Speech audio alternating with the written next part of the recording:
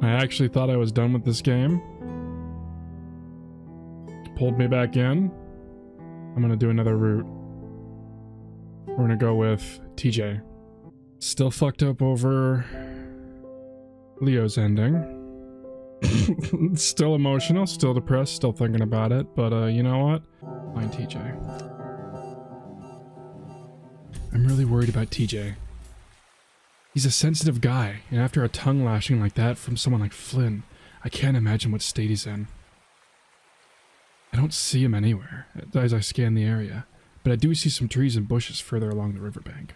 Since there's really no other place to hide, I assume that's where he's at. Sure enough, I see him immediately. He's sitting down, knees drawn up with his arms folded on top of them.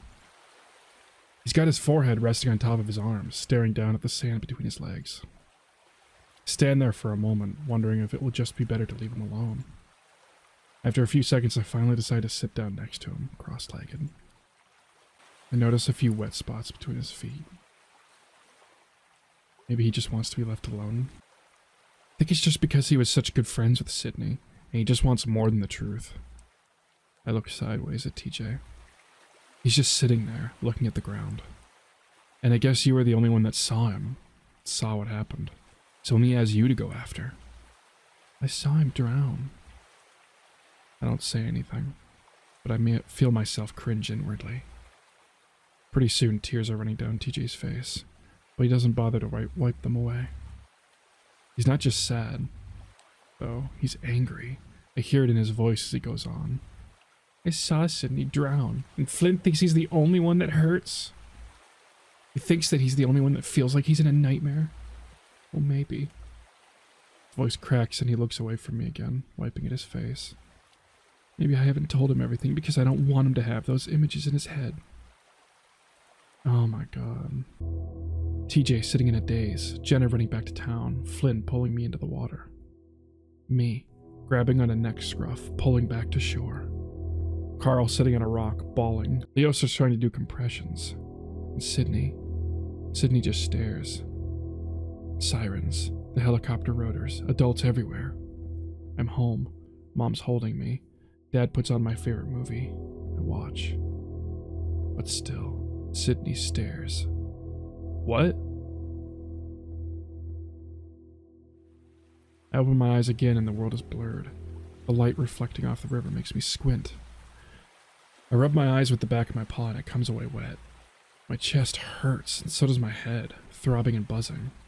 I look over and luckily for me, TJ is leaning back with his eyes closed like I was. If revisiting that day is so horrible for me, I can't imagine what it's like for him. I decide right then and there that I'm not going to press TJ on what happened. He's ruined the whole trip. TJ speaks suddenly and I look over at him. Flynn? No, he hasn't. TJ does finally look at me then, and I'm struck by how disheveled and sad he looks. I feel anger bloom in my chest, all of it directed at Flynn. What a selfish prick, thinking he had the right to ruin everyone's good time just because he felt like shit. If he were here right now, I'm pretty sure I'd punch him right in the gut. Listen, we don't all need to hang out to have fun. We had fun at the park with just you, me, and Carl, remember? If Flynn wants to be a douchebag, then let him. We'll do our own thing. TJ sniffs and I see his tuft ears perk up a little. Didn't you want to go hike the trail? He smiles at that and looks at me. Yeah, happy links. You didn't want to hike, I could tell. I grin. That's because it's so friggin' hot. But seriously, we didn't come here to lay in a motel all week. Of course. I'm gonna bring some of my equipment too. I think I want to get some shots of the canyon. Okay. He waggles his furry feet back and forth, and I had a grin at his enthusiasm. Okay, I'm already growing closer to TJ. He's adorable. I'm not gonna be staying at Leo's, am I? Man! Oh, man! Oh, Chase, can you take us? I just smile at him from my spot on the couch. Sure, why not? Yes! I love the cookie dough. What about you, Jenna? Jenna's busy looking at her phone. Oh, well, I've always enjoyed their butter almond. It's hard to find that flavor anywhere else. TJ looks at me and I open my mouth to answer. But for a moment I draw a blank, the memories of Ray's hazy and blurred. My head is still buzzing. Oh, vanilla. Well, Flynn was right about one of us at least. Carl! What's wrong with that? Everyone likes vanilla. I grin even though Carl's comment hurts me more than it should. He's just joking after all. But I mean, who loves it, right? Personality of a rock. I think it's a good answer, especially if you put toppings on it. So I'm assuming no matter what, you end up blowing somebody off, no matter what route you choose. That's kind of the vibe that I'm getting. Remember, if you have a headache, or feel sick to your stomach, or if you start feeling like you're not yourself, don't worry, I'm fine. I try to give him a smile to show it's true, but he's already in the process of unscrewing a bottle of water from his backpack. No, wait, you don't have... He dumps half of it over my head, and I hurriedly unshoulder my camera bag. Watch the equipment! Sorry, Chase, but you're not having a heat stroke on my watch. You know I've studied otter physiology. You guys don't do well in dry, hot environments. He's pretty close to me, having to dump the little bottle over my head. I keep holding the bag away from my body while I look down at him, water dripping from my whiskers. So he's... Okay, so TJ is shorter than Chase. Otter physiology? Yeah, it's like your body, its parts, and what they do. It's a little awkward that TJ knows how my body works for some reason. Huh. So, like you've studied all our parts? The attempted humor is weak in the first place, but I realized too late that I'm talking to TJ, and that he probably wouldn't have laughed even if it was funny. He looks a little taken aback. Oh, well, yeah. We all have different anatomy, so it's important to... He trails off, and I can tell that he's blushing. He frowns at me. Are you making fun of me? What? No, I was just trying... He turns away suddenly and starts back up the trail. Aw. We should keep going. It's an all-day hike. I follow him quietly. It's hard to judge the type of expression he just had on his face. It wasn't exactly angry. More flustered. Oh, wait, are we actually... He doesn't exactly follow any particular Christian denomination that I know of. He hasn't even weighed in on the whole Jesus species debate. I didn't even think that could be a thing in the furry world. What species was Jesus? He takes out another bottle of water. It's like he brought 50 of the damn things. We should probably get your clothes wet. I put a paw on his shoulder. TJ, calm down. I'm fine. You sure? Because... TJ! He stops babbling and looks me in the eye, the water bottle in one paw, the cap in the other. What's up? He looks at me for a second, then breaks eye contact, slowly screwing the cap back on the bottle. Sorry, I just want to make sure you're okay.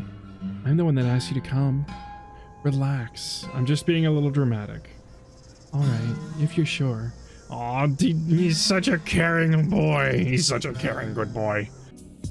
Visual novels, dude. I feel a weight fall on my lap and look down, expecting to see a tasty sandwich. Instead, I find a big, fat, hairy tarantula. I freeze as my brain processes what's going on. Then I scream and take a swipe at it, at the same time doing a sort of spastic dance to the right. I slide off the bench and onto the ground where I roll several times to get away. Holy fucking shit! Fuck shit, son of a bitch! I roll to my feet and stumble back further away from the bench. I skate in the ground for the giant-ass spider that is sure to be after me. That's when I realized TJ... The little shit just pulled a prank, didn't he? Chase, calm down. It's... He holds up the giant spider, its frozen rigidness telling me what he couldn't finish. Fake? TJ's still laughing, but I'm still hugging myself, shivering and flinching every time I see something spindly. I'm shocked, but not because of what just happened, but because TJ did it to me. Fucking TJ.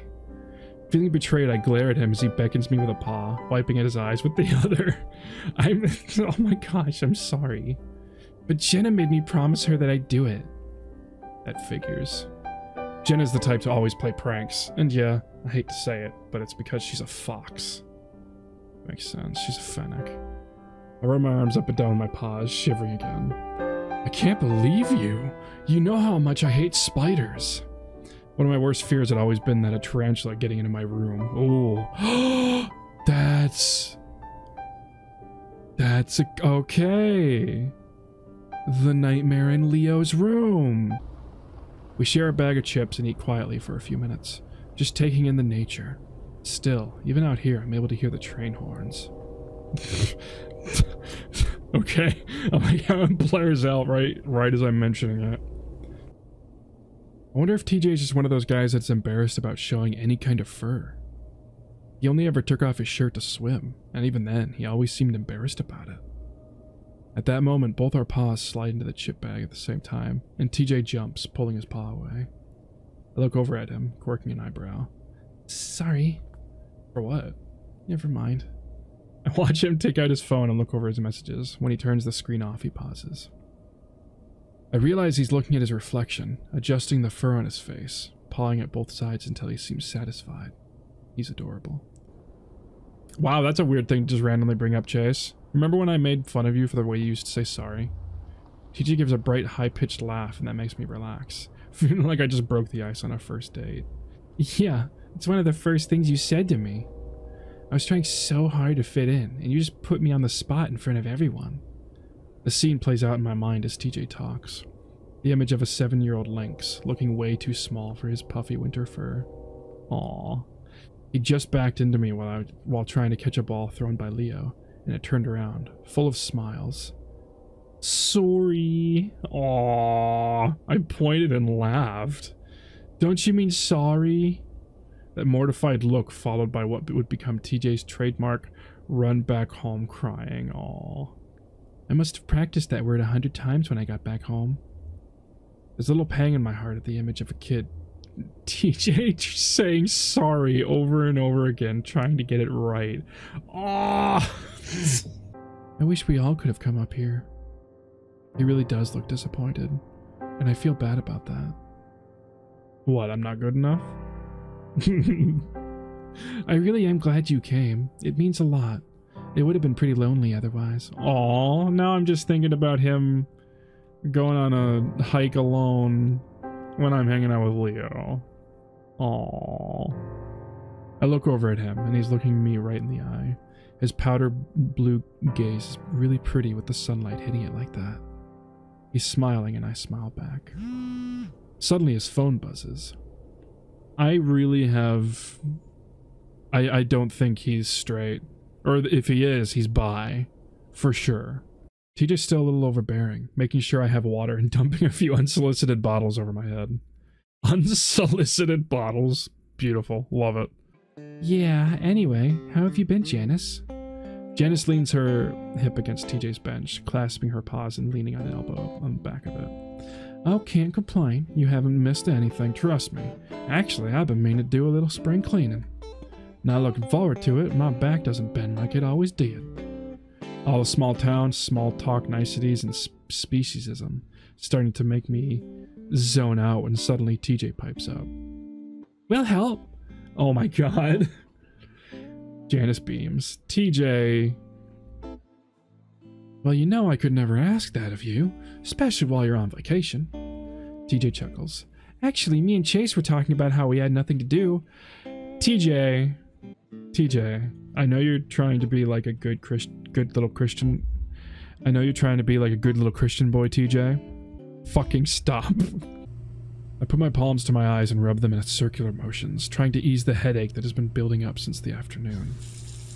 I stand in front of the sink and run my paws under the faucet for a while before bringing some water up to my face. It feels good, but the headache continues to pound. In fact, it feels like it's getting worse. I squint at the mirror, the light suddenly becoming too bright for my eyes. Is this a migraine? I've never had one before, have I? I continue staring at my face, feeling the pressure build. Pretty soon, there's a strange sound in my ears, like a tuning orchestra, and I feel my heart rate pick up. What the hell? Is this a stroke? Am I having a stroke? What the fuck? Ugh. At that moment, looking at myself in the mirror, my eyes just drop. They move in towards the center of my face. At the same time, the sides of my muzzle curve up unbelievably high, giving me a ghostly smile, one that goes up and up past the top of my head. Fleetingly, I remember playing with my laptop's camera once, putting on some effects so that my face would distort in ridiculous ways. It looks almost exactly like that. Then the earth gives way. Falls out from under me and my paws slap the sink as I hold onto it to stop from falling sideways into the wall. The fuck? My voice squeaks as I try to find my footing. I shut my eyes to stop myself from throwing up, and slowly, the roaring dies down and I feel myself regain my balance. I crack my eyes open and I see my face is back to normal, the light at a tolerable level again. After a quick look to make sure the door is locked, I undo my belt and push down my pants and boxers to around my thighs. I really want to take care of the musk smell. I'm gonna have to go down under.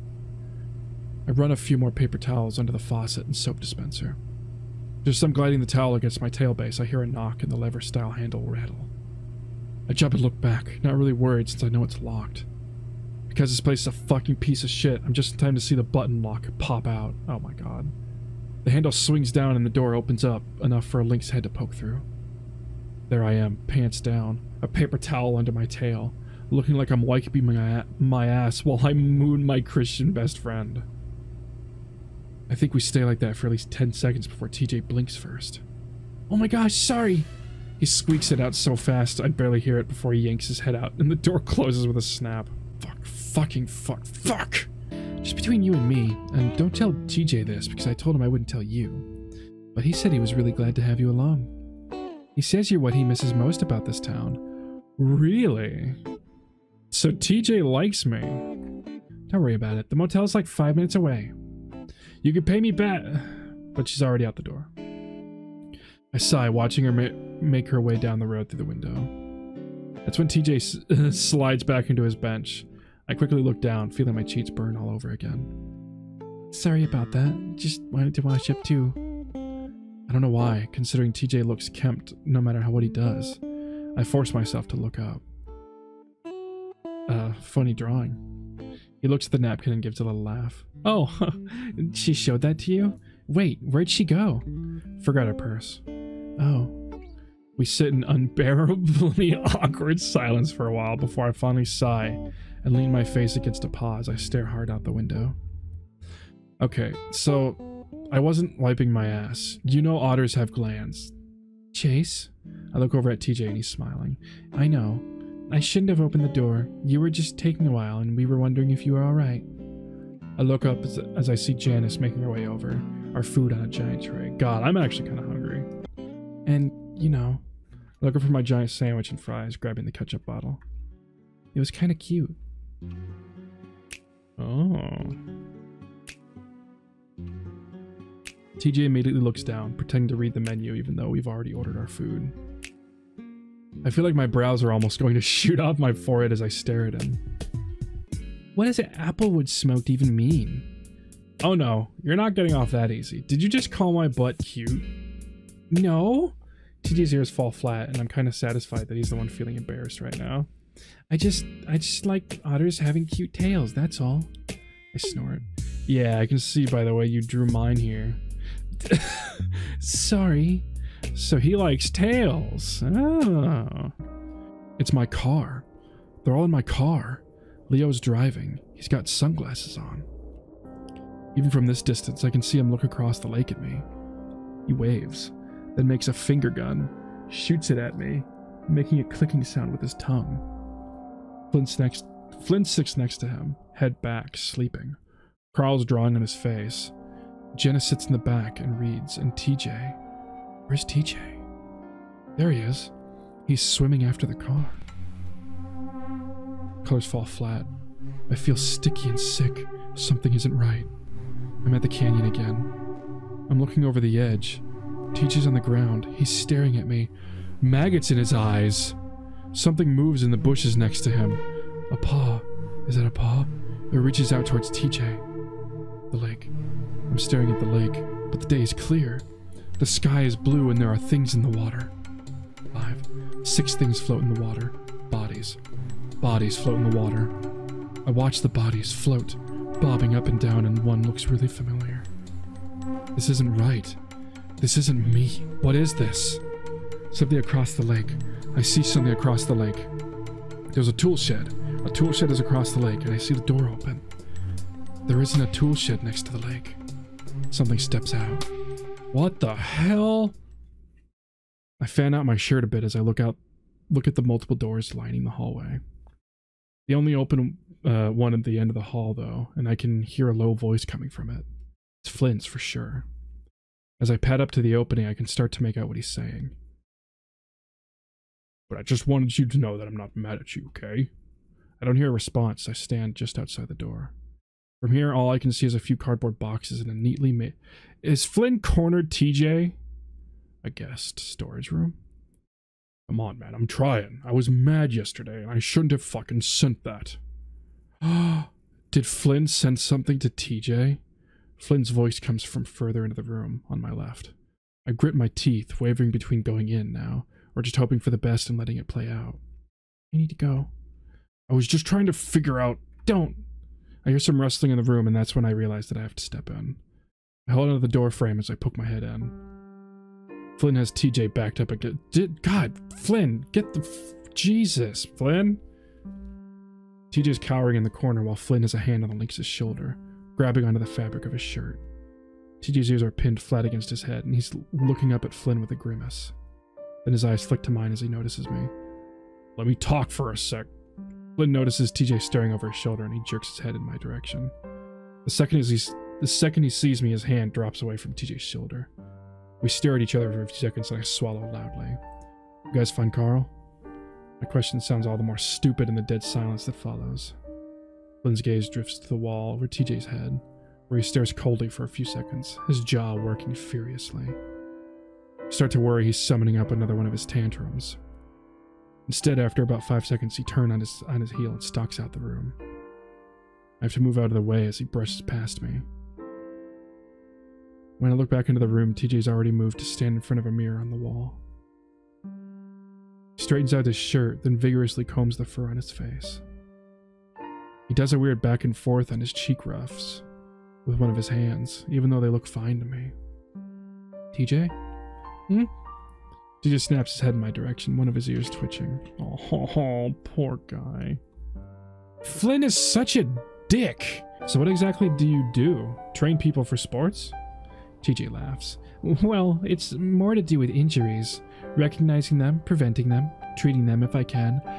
That's why he needed otter anatomy, okay. I didn't know that's what you do. So are you like a doctor or something? He laughs again, but like always, TJ's able to do it in a way that you know he's not laughing at you. Definitely not. That'd be really hard. I guess you could say an athletic trainer is a healthcare professional. Cool. Okay, so what if she opens the door and she's still got her pants down? TJ glances. Chase! I'm just saying. That's what could happen. There's no telling what she's on. Janice isn't like that. So maybe she was just having some sort of episode? Everyone's crazy here. All the more reason to check on her. Soon enough, I'm sweating buckets, dark circles forming under my arms and around my neck. 10 minutes in and I have to take off my shirt, letting it hang on a rusty metal outcrop under the window. I notice TJ giving me sidelong glances after I do. I grin at him. What, enjoying the show? TJ jumps. What? No! TJ quickly looks away again, working faster than ever on the tumbleweeds, which are already half gone at this point. Are you trying to just hurry away from the situation? I notice he's got the same sweat stain pattern as I did. Hey, you can take yours off too. Feels really good. TJ stops and pants for a while, staring at the rest of the tumbleweeds. I mean, might as well do it now. We still have a ton of wood to move after this. He flicks his ears and I can see him blushing. Are you embarrassed? Don't you shower naked with other dudes at school? Well, yeah, but what? TJ huffs and finally pulls his shirt off, forcing a smile as he goes over to hang it up next to mine. I notice that he does it with crossed arms, the way girls do. Wow. Super feminine. Actually, I really wish you could lay down somewhere. Then I could give you a real massage. That would be amazing. I could give you one tonight when we're back at the motel. You sure? The thought has me feeling warm, and not just in my back. Of course. I mean, I did sort of drag you out here. Don't worry about it. It's actually kind of nice. Haven't done work like this in a few years. She just smiles back at me. It is, isn't it? He leans back and stretches, and I have to force myself not to stare at his arching torso. Hey, I was thinking, you want to go on another hike tomorrow? We can invite the others to go with us. TJ looks up at me. You sure? I thought you didn't like it. Again, I complain a lot. I had fun. TJ smiles. Well, all right, that'd be awesome.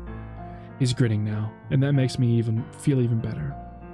All right, let's get this done. We can go to the dinner and plan it out, and diner and plan it out. Sounds like a plan. With that, TJ flips the board and reveals a massive tarantula. 8 beady black eyes reflect the sun, and soon I'm almost blinded by it. They bore into me, and the spider turns slowly, crab-like on his legs so it can face me. My stomach turns and the ground tilts. I feel like I'm falling off the edge of the world. I grab for something, anything, but all there is air around me, and I fall into the darkness. What? Just count when the shoulders are down, alright? I feel like water is rushing through my ears, and I have to widen my stance to keep it from falling. Are you listening? Huh? Chase? What? I try to focus on the kid in front of me.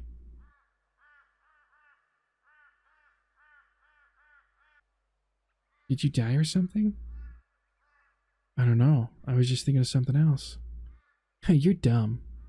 You're dumb. I don't feel good. Oh. Toby stands there with his arms around his stomach, his ears down. You're being a baby, Toby. Just one more round. I don't want... Go! Sydney grabs Toby by the shoulders and sticks a leg out behind his legs. TJ is easily tripped and goes down on his back in the dirt. I get the feeling that the lynx is purposely losing so he can be done with it. Sydney doesn't like that and tries to pull TJ back up before rolling the lynx onto his stomach. He yanks on Toby's ears. Jesus.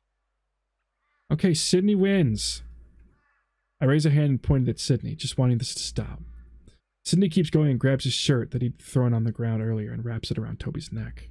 Sydney! Hardcore rules, it's all legal. Come on. Toby grabs at his neck and his eyes widen as Sydney leans back, pulling Toby's head back with him. The lynx's arms flail around, his mouth wide open. I stand there confused.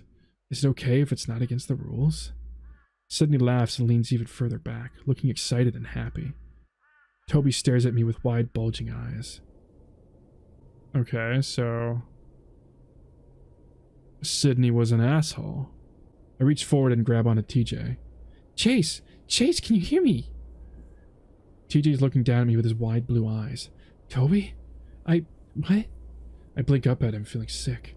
TJ feels my head, then stands up and starts pulling me along the ground. What are you? Gotta get you inside. He grunts as he pulls me, and that's when my stomach lurches and I roll over and vomit up the cookies. Crap! I can hear TJ starting to panic, so I grab at him. I have to cough and spit several times before I can speak. No, I'm fine. Don't freak out. No, you're not. Can you stand up? Yeah, I'm good. I get up on wobbly but stable enough legs. TJ puts an arm around me. We're calling an ambulance once we get inside. No, I'm alright. No, you're not alright. This is serious. He starts limping me towards the front of the house. I should have been keeping an eye on you. TJ's voice cracks and I stop him. Hey, look at me. I'm okay. I look him in the eyes and see tears threatening to spill over. Aww. I'm just really hungry, and I stood up too fast, then I got dizzy. TJ looks back at me, studying my face. Don't call an ambulance for me. Not yet, at least. Definitely can't afford that right now. TJ's quiet for a moment, then starts pulling me to the front again. We're getting you inside at least. I should never have had you work under this heat. I'm just tired. We should go to the motel instead. Inside, now, just in case. At that moment, a young stag that I vaguely recognize comes up to our table. It's weird seeing someone so young and fresh in Janice's position. Once he gets to our table, though, his eyes light up. Teach? Teach sits up suddenly, a big grin spreading across his face. But Julie! Julian! Julian? Oh shit. It's been a while since I've seen him. He's bigger, and so are his antlers. I barely recognize him. And Chase, too. What in the world are you two doing here? Visiting. I didn't know you had a job here. That's cool. Julian grins. Not really, but it pays some of the bills. At that point, I phase out of the conversation, letting the two of them catch up. TJ had a lot of friends in high school. He had been technically popular. Do you want to talk about what happened on Monday? TJ's quiet, and I kick myself. I'm given a little more time to think of what I'm going to say next as Julian brings our food and strikes up another conversation. TJ is able to easily slip into a smile and chat away with the stag. The smell of the burger has my mouth watering, and it's incredible when I take a bite. It's striking how easy it is for TJ to put on a smile and act cheerful. Makes me wonder how much of it is actually genuine. I'm almost halfway done with my burger by the time Julian is angrily called back to the kitchen by the cook. TJ goes quiet again and starts plucking at his salad. I swallow and set down the burger, my stomach turning a bit at what I'm planning to say. I was thinking about this before we got here. About what? That maybe we could use the time we have here to remember what happened. To find... TJ finally looks at me, and the sadness I see in his eyes makes my heart plummet. Find closure? TJ's quiet, staring at his salad. I don't know, man. I just know how bad it is for you still. And I just want to figure out how we can... I search for the right words. Be at peace with it. TJ's still quiet. I don't know, man. I finally say and slump into my booth, feeling like I'm ruined the evening. How would we do that? His tone is shaky, but genuinely curious. I don't know. Talk about it. Talk about it with the others? Not Flynn, just the others. TJ looks out the window again. Maybe we can even go to the lake. Talk about it there, I don't know. I almost choke on the word lake, still worried about saying it in front of TJ. Maybe. Maybe? TJ sighs and finally looks at me with a small smile. Maybe. But right now I just want to hang out with you and have a good time, okay? Okay. But stop being so angry. It's making me sad. I pick up my burger, my stomach loosening up enough that I feel like I can eat again. Sorry. I was just looking forward to... And stop apologizing. He says it with a smirk that almost immediately frowns. I mean, sorry, that was rude. So sad that you're going to spend all your time doing homework, Jenna.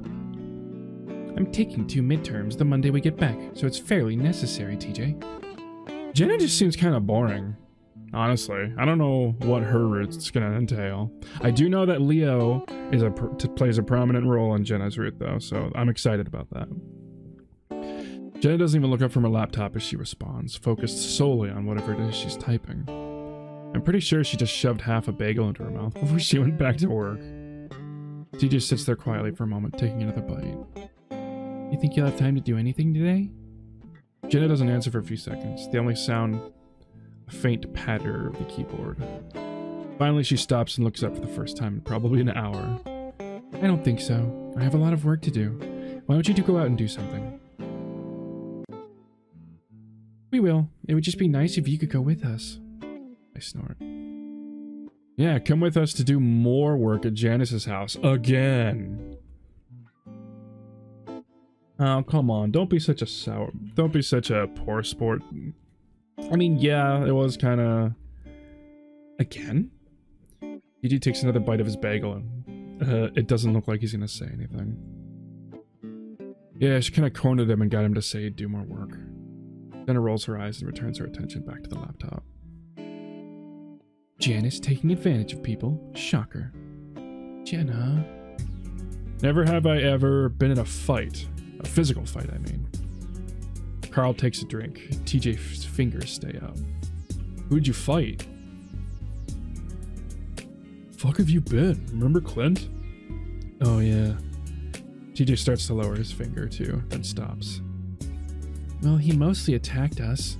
We didn't really fight back, so it's not really a fight.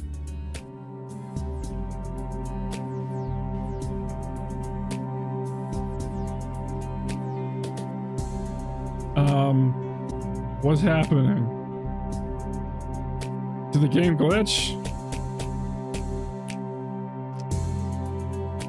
Carl shrugs.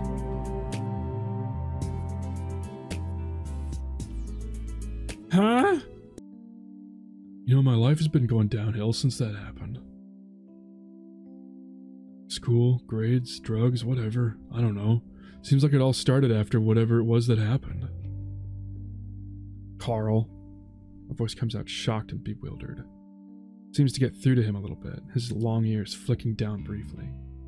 TJ continues to stare back at him, and I'm reminded of how he looked when Flynn was having a go at him.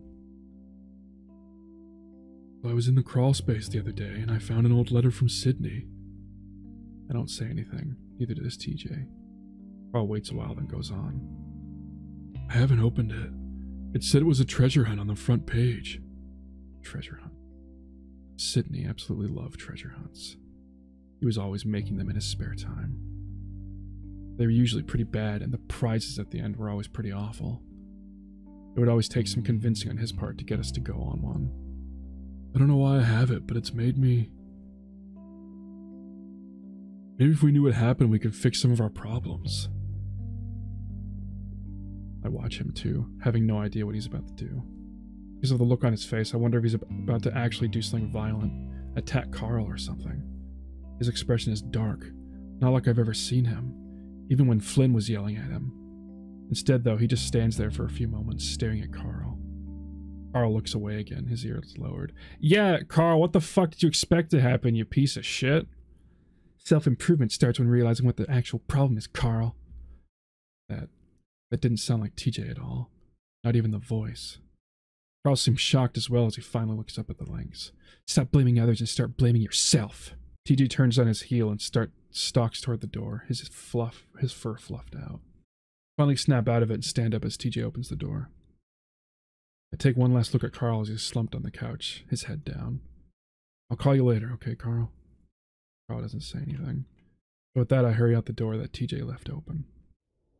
I think it's because he's been talking to Flynn. Who knows what he's been saying to him? That could definitely be the case. TJ finally sighs and stares at the ground, his ears falling. I can tell he's about to finally start crying, so I quickly put my arm around his shoulders. It's okay.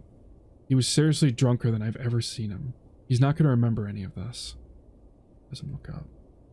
TJ, you are a huge reason why we've all stuck together at this point. He doesn't say anything, and I see his eyes watering out. I could be making it worse, but I give his shoulder another squeeze. You don't even need to say anything, Chase. Just hold him. Carl's blaming his own problems on everyone else. This has nothing to do with you. TJ sighs, leaning against me a little. I take this as a good sign and nudge him. Listen, let's get to Janice's place and get those chores out of the way. After that, we can get some ice cream at Ray's, okay? Alright. TJ lets out a small laugh and we continue down the road for another 10 feet like that. Then he suddenly pulls away from me, faces me and hugs me tight. He buries his face in my chest as I feel his fingers clench into the back of my shirt. He holds me like that for a long time. Aww. Poor TJ. Fucking Carl. It's from Carl. Just says sorry. TJ stops digging, pressing his shovel into the darker, moist dirt at the bottom of the trench. That's it? That's it. Are you going to respond? I don't know. Should I? TJ starts digging again. Yeah. TJ tilts his head down. I need to apologize too. Now that seems more like TJ. Well, what should I say? TJ stops digging again and looks up at me. Okay. So I'm trying to be more assertive, like you said. Oh? I didn't expect him to say that. Is that why... Is that why he'd acted so strange at Carl's mansion? Sorry. Never mind. What were you saying? I'm just going to say this. I was thinking about that treasure hunt Carl found. For a moment, I don't know what he's talking about. Oh, the thing you found in the crawl space? I was thinking that we should open it together. Okay. I say it slowly, realizing how delicate of a topic this is. Is there a reason why you want to open it?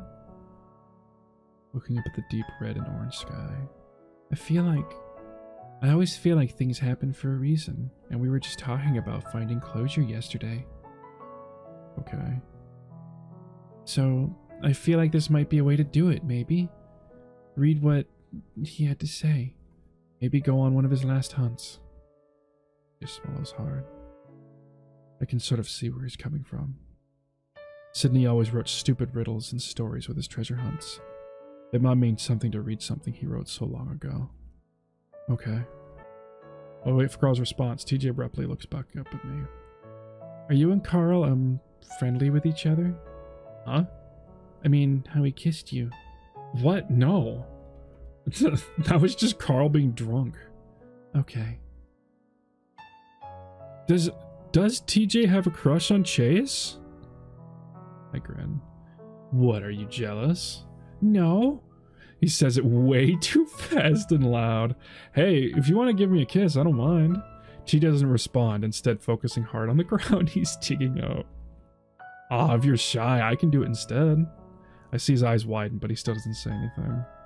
I make kissy sounds at him, and that's when he flings some dirt at me, smettering my pants with dark brown spots. Aw, come on. I see TJ smirks. He goes right back to work. This is so fucking cute. Carl reaches into his pocket, then pulls out the envelope. He pushes it onto the table, face up. There's writing in black marker on the front. Treasure hunt number 7. We all stare at it. Carl looks just as hesitant, so I finally reach out and gently slide it out from under his hand. I can read it. No one objects, so I open it carefully, not wanting to rip anything as I pry the adhesive apart. A chill goes up my spine for some reason. A strange, surreal vision comes to my mind's eye, of inky blackness leaking out of the envelope, spilling slowly across the table. I can feel it, too, like a cold draft is wafting from the inside. I pause, feeling an emptiness in my chest. What the hell? I give my head a small shake, breaking out of the trance. I guess it's only natural I feel this way. That's Sydney's handwriting on a letter sealed after he licked it. He loved making these treasure hunts. It's really sad, so it makes sense that I'd feel this sudden drop in mood. I swallow as I continue to pry it open, the feeling getting worse and worse as I do. When it's finally fully open, the feeling slowly subsides. Tension in the air seems to melt away too, like the whole town just let out a sigh of relief. I look up for a moment at the others, wondering if they're feeling the same way. It's hard to tell as they're all looking intently down at my hands. I quickly look down again and stick my fingers inside, feeling a piece of paper catch on a pad. Gently, I press down on it and slowly slide it from the envelope. It's bright white copy paper, folded once in half. It's been creased so long that it's starting to part at the fold, in the middle part, so that the edges are barely holding it together. Even though it's only a few sentences, it covers the entire page. The last few words trail off into a tiny, almost illegible scrawl. It drooped off down to the side of a paper that Sydney realized he ran out of room at the end. Okay, I clear my throat then start reading aloud. Welcome to treasure hunt number 7. This is the biggest one so far and it took a long time. So no cheating this time. I'm talking about you, Carl and Chase, no skipping steps. First clue. These things fly really high. It's in their home with my comb. Chase, you don't have to do this one. I know you hate it. You'll see if you figure it out. Good luck, guys. Sid. I feel my throat close up just a little as I stare down at his name. He always wanted to go by Sid, but it never stuck, so none of us ever did. It just didn't suit him. I look back up at the others. Carl is still staring at the paper, and TJ's looking out the window again. Jenna has a hand up to her mouth, staring as well. Wow. And she wipes at her eyes, and I look away. I guess I never really thought about how this might affect Jenna. She and Sydney never really got along because of the way he treated TJ. But still, he was just a kid like the rest of us. Carl lets out a ragged cough. The whole cheating thing was totally you, Chase, not me. I look at Carl, raising a brow. You're the one that told me to do it. Carl smirks. And you're the one that did it. We can fan out and check all the trees that close to the road. TJ jumps across the ditch lightly, much more lightly than the clumsy hop I execute right after. I land unevenly on the opposite incline and windmill my arms as I lean back, yanking me back up from the ditch. I fall into him awkwardly and quickly step back, brushing myself off, even though there isn't anything on me. Are you okay? I'm fine, thanks. I glare over at Carl, who's still laughing. Did you even try, man? He leaps over easily, clearing the ditch along with a few more feet. It's not fair, I'm an otter. Don't let that hold you back from achieving your dreams. We stopped coming here after what happened to Sydney, mainly because this was his favorite place to hang out. He liked to play capture the flag here. I can still remember how fast he was, how I'd only catch glimpses of his tail between the trees before he disappeared with the flag. His team won almost every time. The summer of 2002 was the last time we played. Sydney had even been getting along better with TJ then. That might have been the best summer of my life until it happened. It was almost like Echo saw us having too much fun and wanted it to end. For good. As I come up on the links, Carl and Jen are already there, standing around a tree trunk. Sure enough, a little wooden birdhouse is tied to the trunk with rusty wires. I can't believe it's still here. It does look pretty beat up. Jenna points to a little wooden plug in the opening. It's closed up. Think it's been closed this whole time? I don't know. Maybe.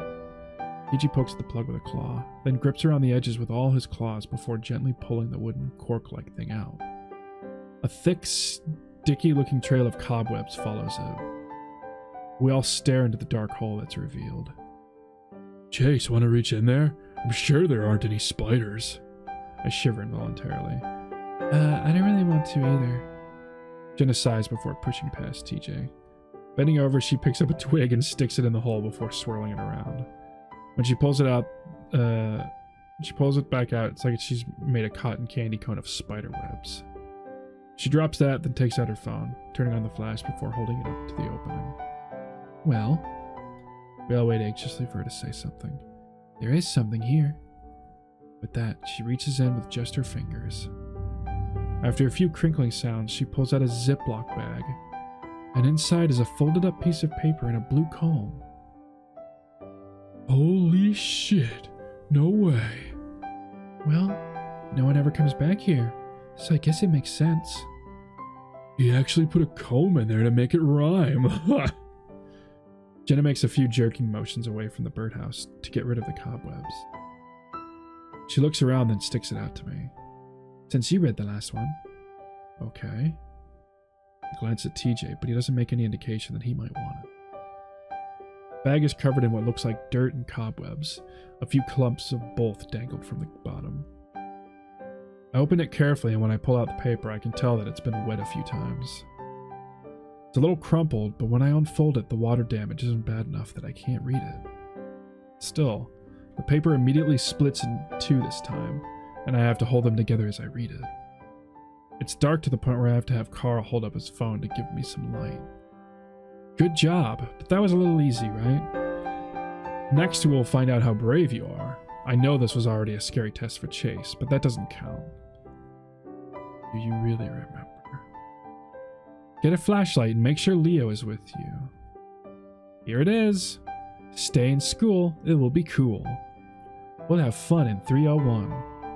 I hope you don't die, Sid.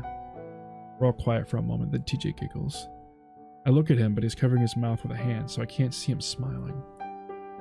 That's not really a riddle, is it? I smile. Oh yeah, go easy on him. He was a kid. Sorry. I mean, we don't have all that much time left here, so we should probably get as much of it done as we can. So you're okay with breaking the law? Well, yeah, if it means we can finish this. We all stare at him. I don't know what else to say. I just really want to get this done. It feels right. We're quiet for a moment before Carl slaps his hands together. Well, all right then, let's go. We've still got a few hours before I'm going to bed. Jenna sighs loudly. All right, but I want to get back before 10 so that I can finish my papers. Carl sweeps the light inside, revealing graffiti-covered walls and dirt-covered floors. Nice.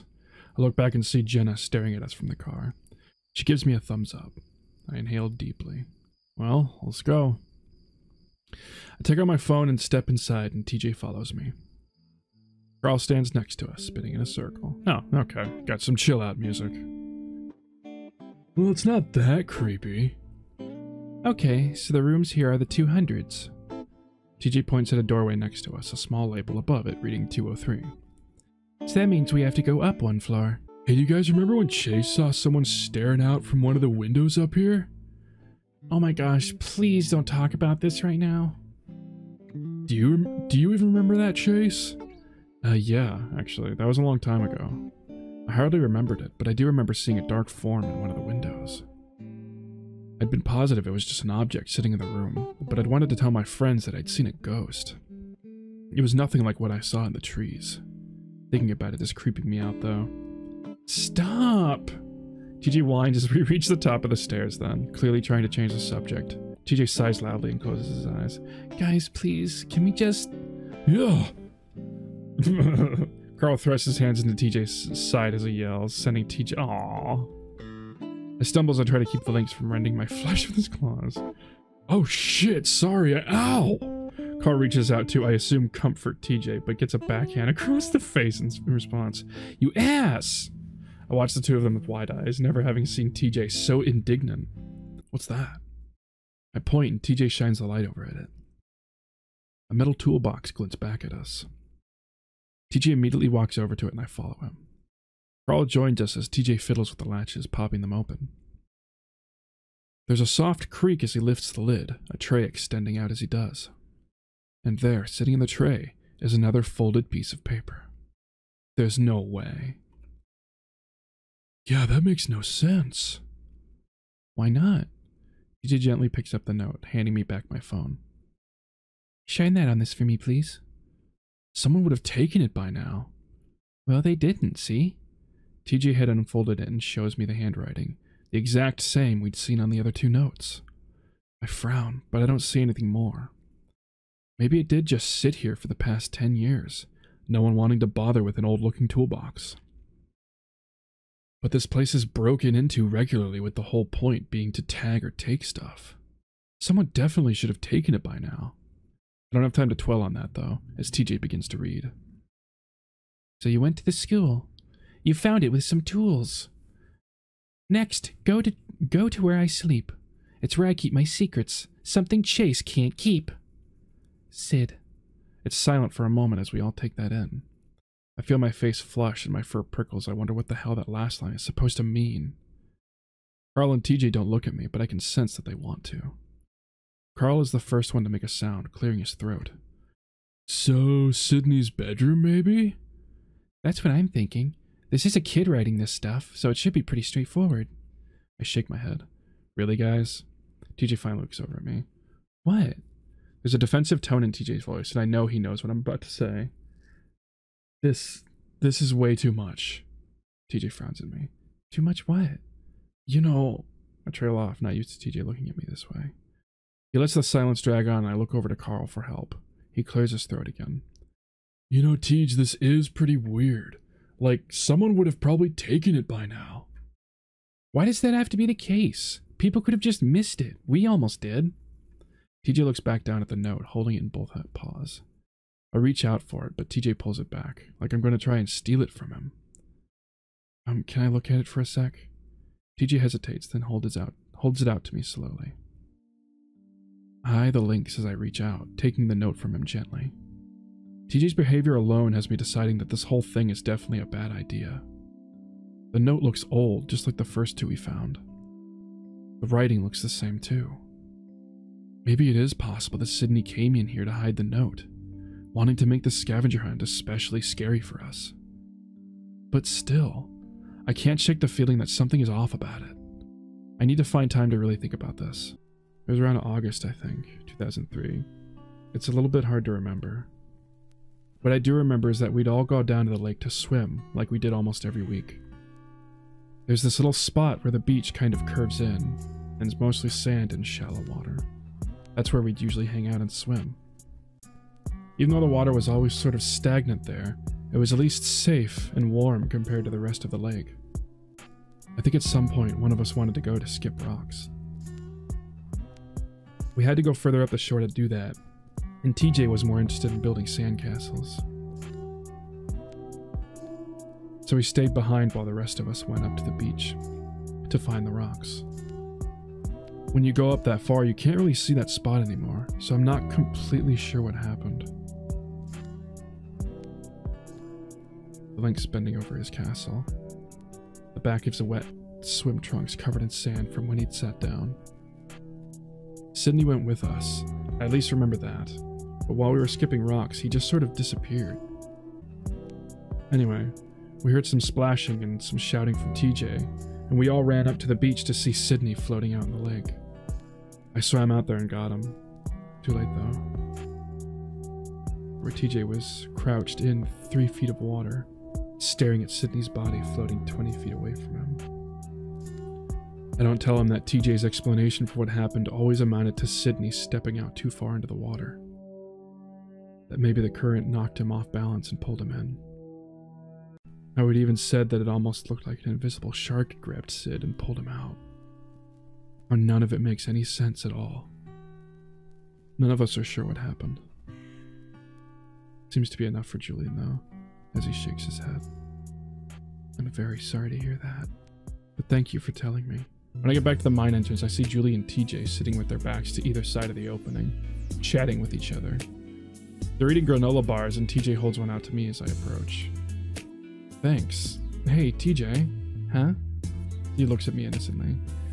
If you go on a hike again, be sure to bring me next time, okay? I don't think you should be alone out here. Oh, yeah, sure. His ears droop a little, a small frown on his face. I just don't want you to get hurt, you know? It's really hot today and would have been really terrible if you'd passed out alone. Yeah, sorry. I drop my bag gently on the ground before leaning back against the wall next to the lynx. All good. I just want to make sure you're okay. Yeah, thanks. I just didn't want to wake you up this morning. Jenna offered to go with you, didn't she? She eyes quietly, looking away into the mine. Yeah, but I can tell you guys don't want to go. I just don't want to ruin this trip for you more than I already have. What? TJ, what are you talking about? Then just shrugs his shoulders. Maybe he isn't back to his old self after all. I wouldn't mind going with you, TJ. I love hiking. Julian smiles gently at the lynx. For some reason I feel a tiny tug of annoyance in my chest. It's stupid, but I was the one who offered first. And I'm the one that took TJ out the first time. Well, we thought we'd go to the house now, after we pick up Jenna and Carl. Alright. We're driving... So wait, Julian's just hanging out now? He's just a part of this? The way Julian keeps turning the wheel forces his elbow to brush up against TJ's side, and I force myself to look away, wondering what the fuck I'm thinking. I'm treating TJ like he's something that belongs to me. We've only hung out recently over the course of this week. I'd barely talked to him the past 2 years.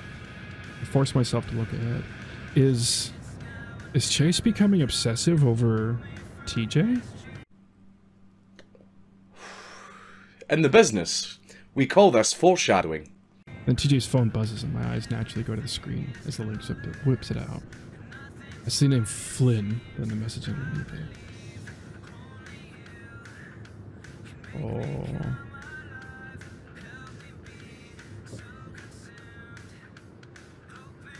I wonder if he saw me looking. I'm sure he did. Doesn't really matter though, because now I'm wondering what the fuck Flynn thinks he's doing. They've been staying away from each other the past few days, obviously. But I guess Flynn found another way to get to TJ. What the fuck does he think he's doing? I feel myself getting angry. I don't exactly know what the lizard is saying to TJ, but judging by what I saw, it's definitely not good. It's a bit of an odd spot, secluded from the rest of the town. It was all the better for us, I guess. It's nice not to be reminded of what happened. Guys, I don't know about this. You think he's just gonna let us in? What else can we do? Maybe Sydney didn't mean his room. Where else would he sleep? I don't know. TJ's walking ahead of all of us, marching up the concrete steps without hesitation before immediately ringing the bell. Whoa, wait, we didn't even think of what we're gonna say. I already know what I'm going to say. We stand there in stunned silence for a bit, and I look around at the others. Carl looks completely uncomfortable, almost nauseous. His paws shoved deep into his pockets. He stares hard at the ground. Jenna's staring at TJ, her brow furrowed, clearly worried. her brow furrowed. Julian just stands there as if the situation doesn't bother him at all. Door finally opens, revealing a young red panda, not much older than ourselves. He blinks at us, then fixes a smile on his face. Hello, can I help you? I see TJ's ears flatten down for a moment, his originally tough resolve clearly faltering. Oh, hello. The red panda stares down TJ for a moment, waiting expectantly. I don't recognize him, and I'm sure I would have seen him around town if he'd moved in after Sydney's parents moved out. It must have been some time recently, a few years ago. I decide then that I should step in to let TJ try and gather his wits. Hi, I'm Chase. This is TJ, Carl, Jenna, and Julian. I point to everyone, feeling my cheeks grow hot. Hi, everyone. I'm Inji. Another moment of awkward silence before I try to think of something else to say. How the hell do you bring up wanting to search someone's house because it belonged to your dead friend? TJ, what are you doing here? What are you doing, man? As I'm trying to figure that out, TJ speaks up again. Our friend used to live here, about 12 years ago. Oh, really? The panda seems to think. Are you talking about Cindy? Sydney! Yeah, he was our friend. Oh, sorry, I couldn't remember the name. I think his aunt told me about what happened. Yes, and, he left something behind for us in his room. Is it alright if we could come in and look for it? Angie's originally inquisitive look is replaced by one of confusion, and definitely a little bit of suspicion. All of you? I notice Carl still staring down hard at the floor, his paws twisting in his pockets. If that's alright with you. Angie stares at us all for a good 10 seconds, causing even me to glance down at the floor, realizing how stupid all of this is. Finally, he starts to step back, closing the door a little bit as he does. Sorry, it's just... Maybe I could come in, and the rest of my friends can wait outside. This will be really quick. I know exactly where to look. Panda's one eye looks back at us. TG turns around and makes a shooing gesture with both paws. There's a pause, then we stumble back a little, down the steps onto the sidewalk. My face burns again in embarrassment, realizing what a bunch of crazy people we look like right now. I look back and see TJ standing alone on the porch, looking back at the panda, his paws clasped together. Again, what feels like a very long silence seems to drag on until Inji opens the door slightly. You know what? Why don't you just tell me where it is and I'll have a look. Oh yeah, TJ seems surprised as if only now considering that idea. It's the room on the left, down that hallway. In the closet, in the back corner. It might be in a box. Inji's facial expression mirrors mine as I frown. A box in a closet, sitting there for over a decade? Alright, I'll have a look. We stand there in silence for a while before Carl breaks it. Dude, he's calling the police. No, he's not. We all look like a bunch of crazy people. We should leave. Not until he comes back out. I think I'm gonna be sick. I think it's technically okay, unless he tells us to leave. He did say he's going to look for it. No harm in just waiting for his answer.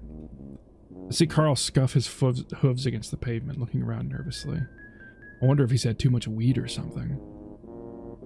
Why do you think it's in the closet? He used a shoebox in there as a spot for treasure hunts before, you remember?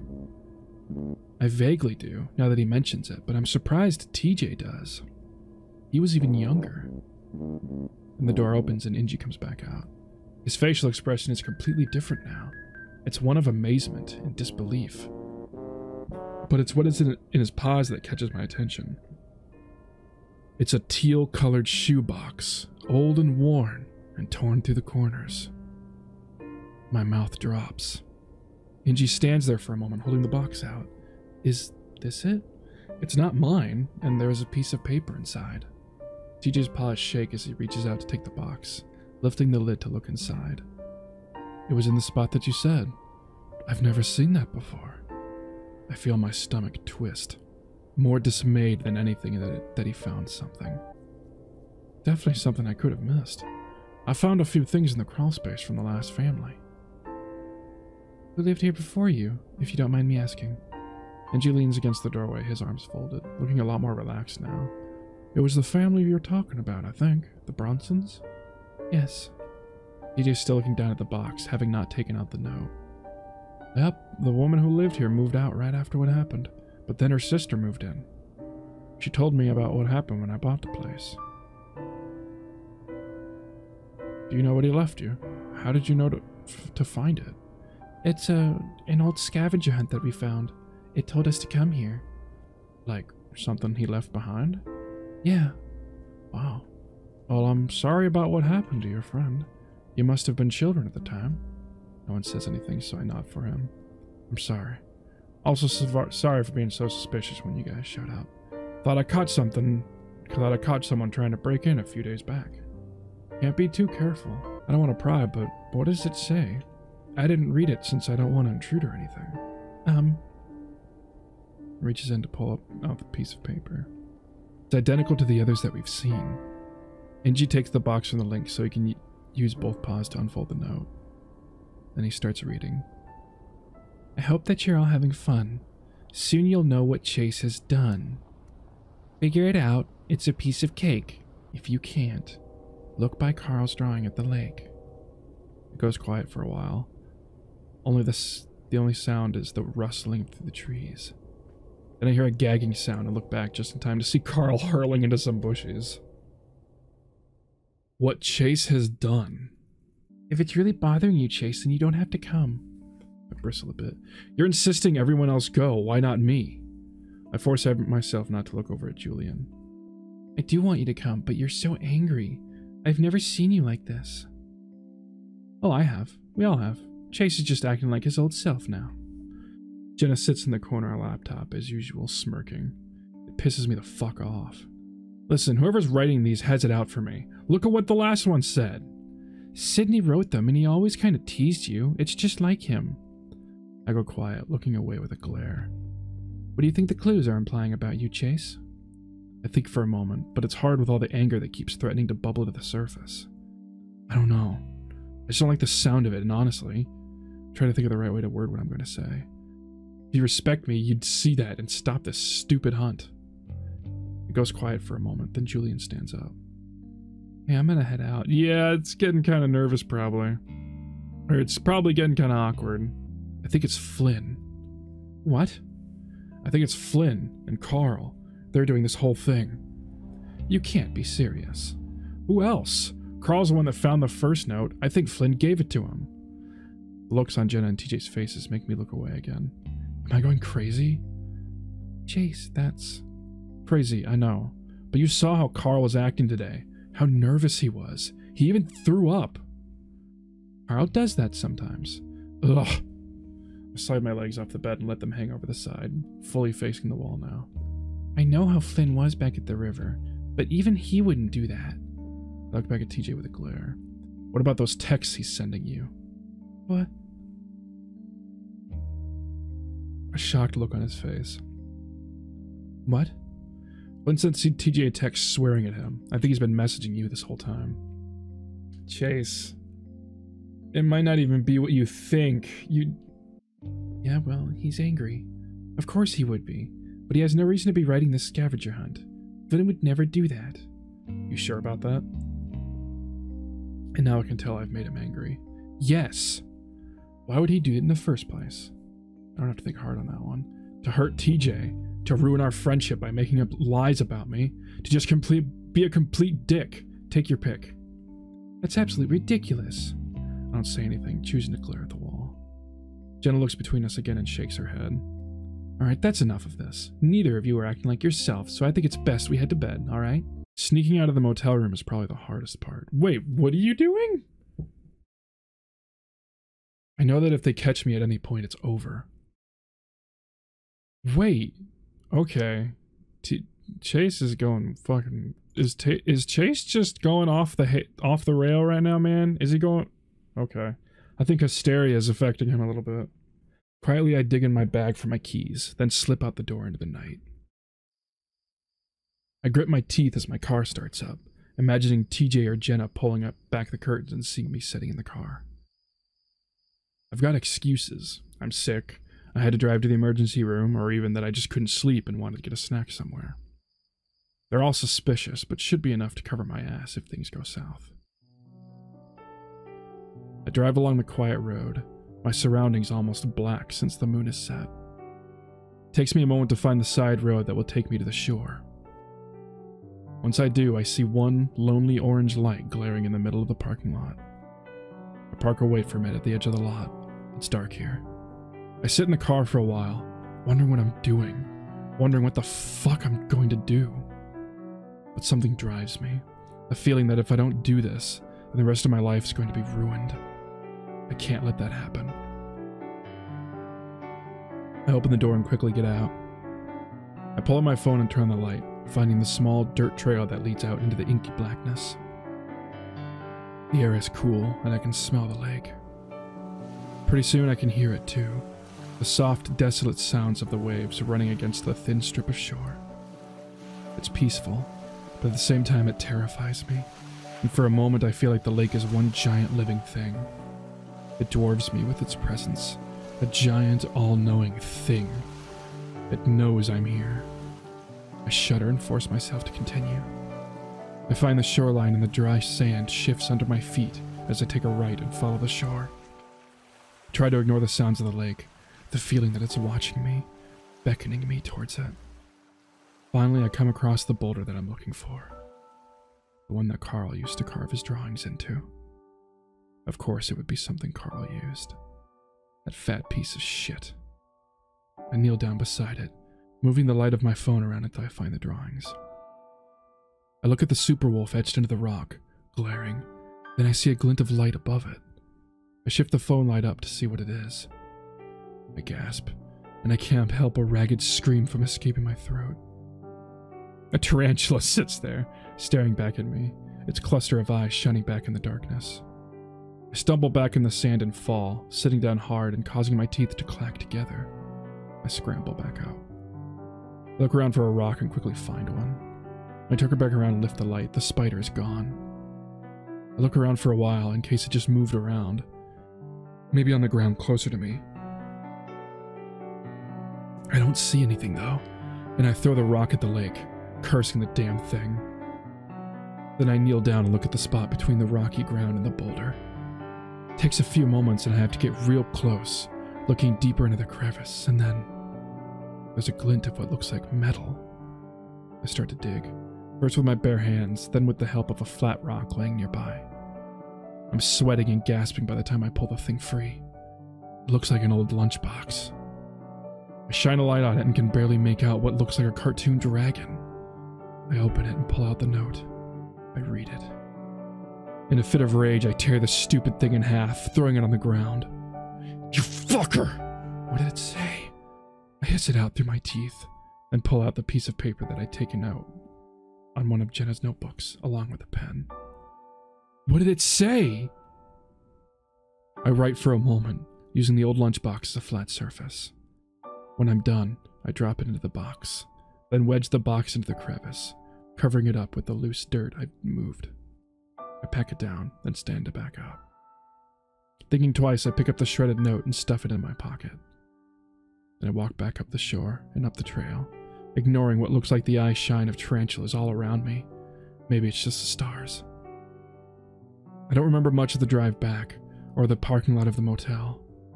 The next thing I know, I'm standing next to the bed, glaring down at TJ, watching him sleep. Okay, Chase has lost it. Julian had driven down over an hour ago to pick us up before driving to Carl's house. Carl wasn't ready when we got there, and when he answered the door, his eyes were bleary and red. It took him a good 20 minutes to get ready, and all the while I struggle not to glare at him. It's weird. I've been friends with the Ram for almost my entire life, and it's only now that I'm feeling real disgust for the person that he is. Holy shit! So many self-created problems. He keeps his head down most of the time, so he doesn't see me. He's still feeling sick, too, so he opts to ride in the truck bed on the way up, down, and Jenna sits with him. I can't help but wonder what might happen if we have an accident. TJ sits next to me, and this time I'm sure to sit in the middle so that Julian is on my left and TJ is on my right. God damn, Chase! Damn! Jealous motherfucker! It feels better this way. As the lake comes into view, I rest upon TJ's knee. He glances at me, then nods in acknowledgement. I give his thigh a squeeze, then wait as we pull into the parking lot, going over the scenarios in my head for what might happen. Is Chase falling for TJ? I'm just saying that even if it's there, it's probably water damage to the point that we won't be able to read it. You put a new piece of paper in there, by the way. TJ stays silent just as we come up on the rock, sitting there on the beach like it has since I can remember. Probably like it has since before the lake was even created. TJ still holds my paws. Julian, Jenna, and Carl stand next to us. The 5 of us in a sort of semicircle around the boulder. Oh yeah, for some reason I thought it'd be gone by now. Why would it be? You chipped it into the rock. Didn't you spend like a month doing that? Carl looks down at his paws. Yeah, fucked up my paws doing it too. Move around to stand next to them and see the rough outline of a muscular wolf with a long cape. Super Wolf. Carl had been obsessed with that superhero since the new movie was coming out that summer. I don't think he liked it very much because right after he saw it, he stopped working on the etching. It's actually pretty good, especially when you consider that Carl was like 9 when he did it. I pushed those memories out of my head, wiping out the smiling childhood face of Carl from my mind. Are you about... Either you're just a shithead right now, or you're about to frame Carl. Then I steel myself, preparing for what I'm going to say and for what's about to happen. Hey, look at the sand underneath it. Everyone looks down in unison at where I'm pointing my finger. I let it sink in for a moment before I say it. The dirt. It looks like someone dug it up recently. No one says anything. Maybe the sand's just wetter there. I don't know. TJ kneels down next to the boulder, reaching out a paw to steady himself against it as Julian kneels down across from him. He reaches out with the other paw, poking at the loose-looking dirt, slightly darker than the sand around it. Still, no one says anything, and I decide not to push it further, knowing that I've already planted a seed of doubt in TJ's mind. You shouldn't have said anything, Chase. TJ holds it for a moment, staring down at it. Julian looks around at us. Was that Sydney's? I can't remember, but TJ nods and with shaky hands uncatches the metal clasps. Carl stands further back than the rest of us, motionless. Jenna once again has a paw to her mouth, not saying anything. TJ opens the lid. The hinges squeak a little as the tin flops open, revealing my note. See, the thing is, he used a new... This isn't gonna work. Paw still shaking, TJ reaches in. At this point, there's a little hesitation in TJ's movements. He's eager to find out what it says, eager to get this done. TJ unfolds the note, then reads it. He doesn't read it aloud, instead letting his eyes go back and forth over the page while the rest of us wait. I know at this point that he's finished reading it, but he still doesn't say anything, eyes glued to the page. TJ? He doesn't say anything, continuing to stare. TJ, what does it say? TJ sits there for a few more seconds before he wordlessly holds out the note to no one in particular. His face is blank for the most part, but I can see the shock in his eyes. Julian takes it from him and starts reading. You've reached the end, but I don't have the answer, so I'll ask again. TJ, what happened to Sydney? What? He made it out to be like, oh man, what did the original note say? Oh no! Wait, so why has he been so aggravated with Carl? If he's just outright making Flynn to be the... Oh my god. So I crouch down next to him, slowly wrapping an arm around his shoulders, drawing him in. I can feel him trembling. Guys? I look over at Julian with a sad look on my face. We have a friend who has a grudge about this whole thing. I think he might have been the one leaving the notes. TJ shakes his head against me, but doesn't say anything. Julian stares. But why? I shrug, beginning to stroke the top of TJ's head. Julian looks from me to TJ. I don't know. Maybe he thought that this was his last chance to hurt TJ somehow. I really don't know. Ben and Carl walked up to stand next to us, and both seemed to be at a loss for words.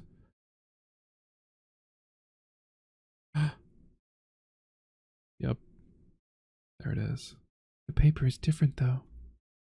TJ's voice is distant and faint, muffled against my chest. There are ways to make paper look old. Maybe he just didn't have time with this one. Julian shakes his head. Listen, I know I've only been a part of this for a day, but this is crazy. And those are a lot of assumptions. Do you really know what happened? If you knew this friend of ours like we do, you'd understand how obvious this is. But then Jenna shakes her head as well.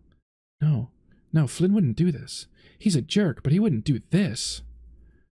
You know that Flynn's been sending TJ threatening texts all week, and he's been out to fuck with TJ since we got here.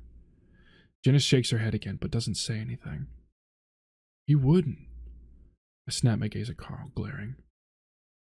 Dude, even at his worst, he'd never do something like this. It's too fucked up. All that work just to fuck with us? And it has to do with Sydney? No. And who found the first note? Chase. Chase. What are you doing? This hurts. This hurts. What's happening? And who found the first note? Who's been Flynn's best friend since we all left? Whoa, Chase. Carl's eyes go wide. TJ finally lifts his head, looking up at Carl. You're the one that gave it to us. Set us off on this whole bullshit scavenger hunt. Carl takes a step back, mouth hanging open, looking at me like I'm some sort of alien or something. This entire thing was fucking crazy from the start. Our dead friend who left notes behind a decade ago, and somehow it's all still here, in the old school, in that house. Fuck that. Chase, stop it. Jenna's voice is soft and distant, lacking any sort of authority. I stand up suddenly, staring the ram down. What? No. Carl takes another step back, and I can see his chest heaving. He can't even get his words out. It's like he's just run a marathon and can't catch his breath. Huh? I don't... Carl clutches his chest, and I can't help but notice how fucking guilty he looks right now. He suddenly retches and gags loudly. Carl, breathe. No, you can't use your fucking anxiety, monster, as a shield right now. Did Flynn put you up to this? Chase. Carl retches again and doubles over, spitting on the ground. Carl? Jenna starts walking toward the ramp, but at that moment something rushes past me, then past Jenna. I have a moment to see TJ's back. His tufted ears are laid back flat against his head, like he's moved so fast that the wind has pushed them back. There's another quick movement that I can't quite see from my angle. But then Carl's stumbling back, a paw up to his face, letting out a gasp like he'd been holding his breath for 10 minutes. I lunge forward, reaching out for TJ as the cat goes in for another swipe. Carl jumps back toward the embankment, and as he does, he lands on the many rocks that separate the beach from the road. I grab the back of TJ's shirt just as I see Carl's hoof disappear from between the rocks. Then Carl falls back. There's a sound like a thick branch snapping in two, cutting through the air like a gunshot. Immediately, Carl lets out the most hideous scream I've ever heard the ram make. No! Jenna runs past us, followed by Julian at a more even jog. Meanwhile, I hold on to TJ, the lynx still going after Carl, making a yowling sound as his claws swipe the air, baring his teeth. He's wild, feral, not thinking at all. TJ, stop! I'm here! I'm here! I try talking into the lynx's ear, and at the same time I feel him starting to go limp in my grasp. The energy and rage slowly going out of him. I finally feel safe enough to turn him around, pulling him into a hug. It's okay. You got him. You're fine. TJ looks toward Carl one last time, watching the ram roll back and forth on his back, choking, howling, and screaming all at once.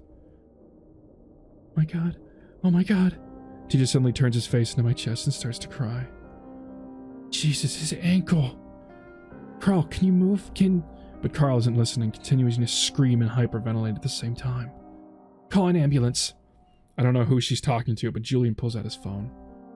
TJ continues to sob into my chest, and I start to move away, toward the trail, pulling TJ with me. I'm taking TJ back to the motel. Yes, leave, please! Jenna snarls at me over her shoulder. I was just so angry. I've never been so angry in my life. It was scary. I mean, maybe Flynn didn't tell him everything about what was going on. I guess he could have been tricked into thinking Flynn somehow had good intentions in all of this. I don't know. His leg. He covers his face like he's about to cry again. I quickly put an arm around him and hold him close.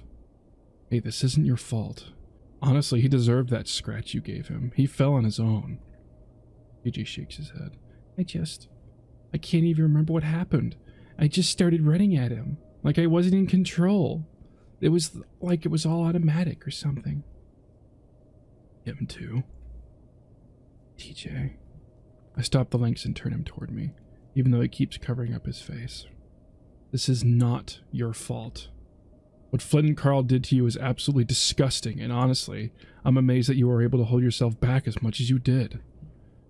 But the sounds he was making, it sounded so awful. G's face screws up under his paws. I hug him again.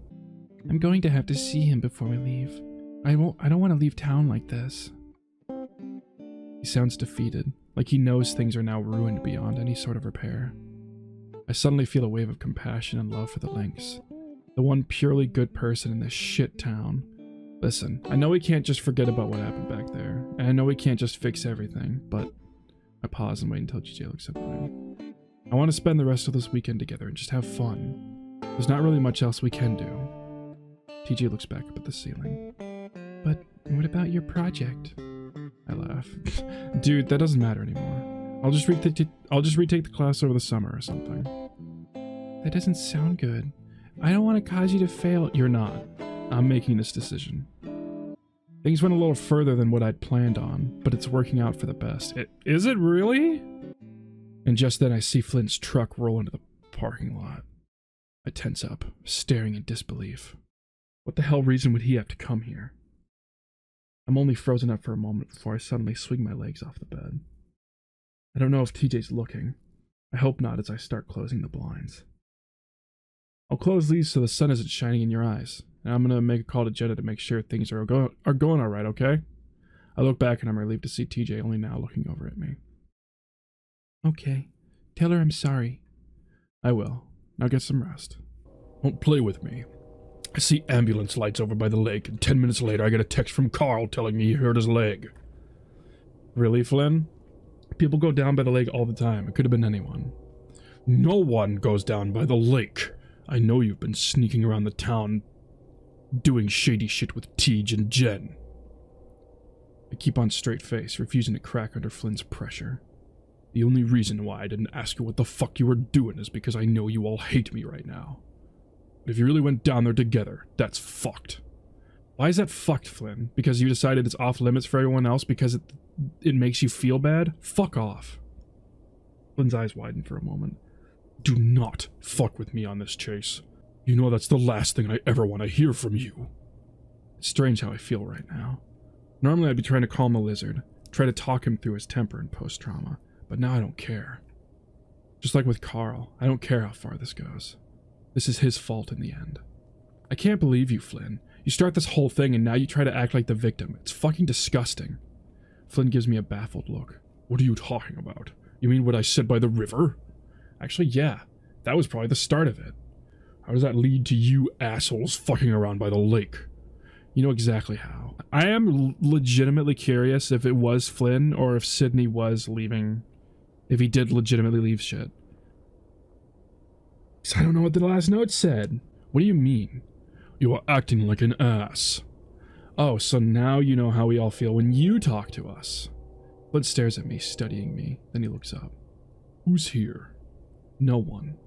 The fuck? Where's TJ and Jenna? Not here. Flynn glances down at me. Well, I gotta take a piss, so can I come in? No.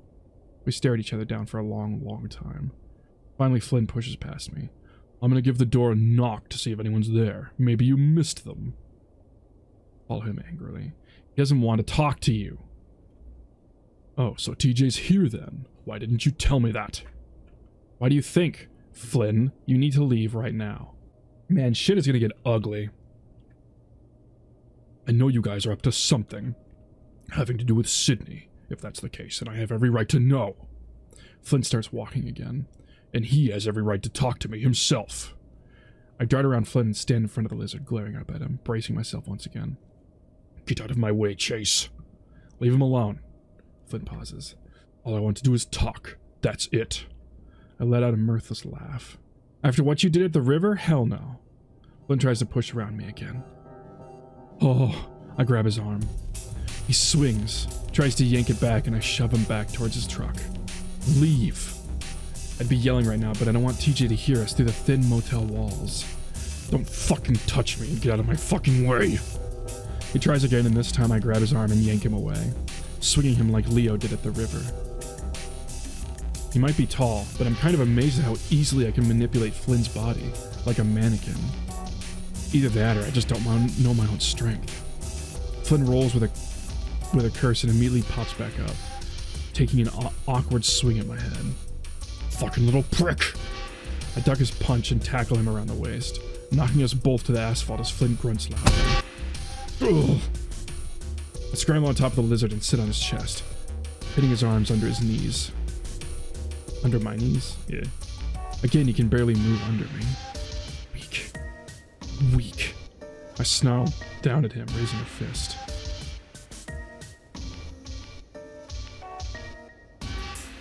I'm gonna slowly lower it. Leave, Flynn. Otherwise, I'm gonna cave your fucking face in. I'm tired of you bullying TJ and taking out all your problems on the rest of us and just being a miserable piece of shit all your life. Flynn cracks open an eye, looking up at me in fear. I fucking hate you. I always have, and you deserve to have every single one of your fucking teeth knocked out of the way you've always treated us. I look back toward the door, but it's closed. Quiet. I look back down at Flynn. Leave. I never want to see your ugly fucking face ever again. Understand? Flynn just stares up at me. I can see the fear still, and maybe even a little hurt. What happened, Chase? I don't say anything. I know he isn't going to fight anymore. I get up and Flynn lays there for a moment, staring at me. Finally, he rolls over and gets to his feet unsteadily. Then, without a word, gets back into his truck and starts it up.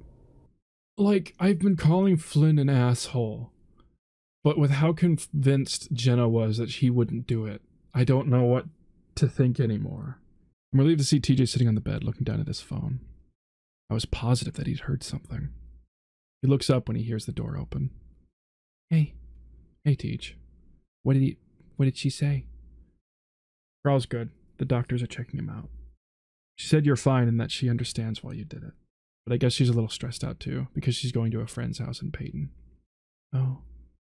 She's ears lower. I think she just wants to give you some space. Maybe. I did get a text from Julian. Oh, really? There's that twinge of irritation. Jeez. Yeah. She said he was going to stop by after he drops off Carl. I was thinking we could wait until then before we leave, to talk to Julian at least. I don't think Carl wants to see me. Okay. I try not to let the anger creep into my voice as I sit down on the bed next to the Lynx. He just despises Julian. And Chase? Yeah. He just smiles at me through his puffy eyes and matted cheek fur. Thank you for being there for me. It means a lot. Aww. Cute. Like TJ had said, a good decade had passed since we'd been here, maybe more. But the ugly stained carpet and the sickly colored walls still cover the place, a real relic of the 80s and 90s. Still, I'm happy to see TJ smile as we walk in, his adorably wide eyes scanning the place as I'm sure he's hit with that same sense of nostalgia. Oh my gosh, everything is exactly the same. You guys want to chip in some money and I can go get us a few rolls of quarters? I take her to 5 and so does Julian while TJ hands over a 10. Wow, Teach, that's a lot. I only have 10s. Besides, we'll go through them fast. We always do. Julian walks off to the front counter while TJ and I wait awkwardly next to the skee ball ramp. I feel like things wouldn't be so tense if Julian wasn't here, and I feel myself getting progressively annoyed by his presence. God damn, Chase! I'm about to ask TJ how he's feeling when Julian comes back with 2 rolls of quarters. The rest of the night I follow TJ. Are you sure you're not the reason things are tense, Chase? They're not even tense, you're tense. I follow TJ and Julian around, the stag showing the cat how to best play the games. All the while I stand next to them, dumping my quarters into games I don't even finish. I just want us to run out so we can leave. This was your idea! As we drive, I notice TJ nodding off, his head bumping the glass of his window. You can lean against me, Teach. TJ's ears flick, flushing a bit. Oh really? I mean, I don't wanna... As an answer, I reach over to clasp the sides of TJ's face, force the Link's head to lean sideways against my shoulder. TJ stiffens up, but then he relaxes, and 5 minutes later, I can tell that he's falling into a light sleep. Julian glances over at us occasionally, but doesn't say anything. I lean my cheek against the top of TJ's head. I realize how good it feels to sort of envelop him like this. It feels like I'm protecting him. All those bad, tense feelings from the arcade start to melt away. Pretty soon I just start to drift off as well, the smooth drone of the highway lulling me to sleep. And I see you. Oh, this is a skinwalker. When he and Grandma started running, even then it followed them. He said it sounded like it was rising in the air, landing from tree to tree, following them until they got out.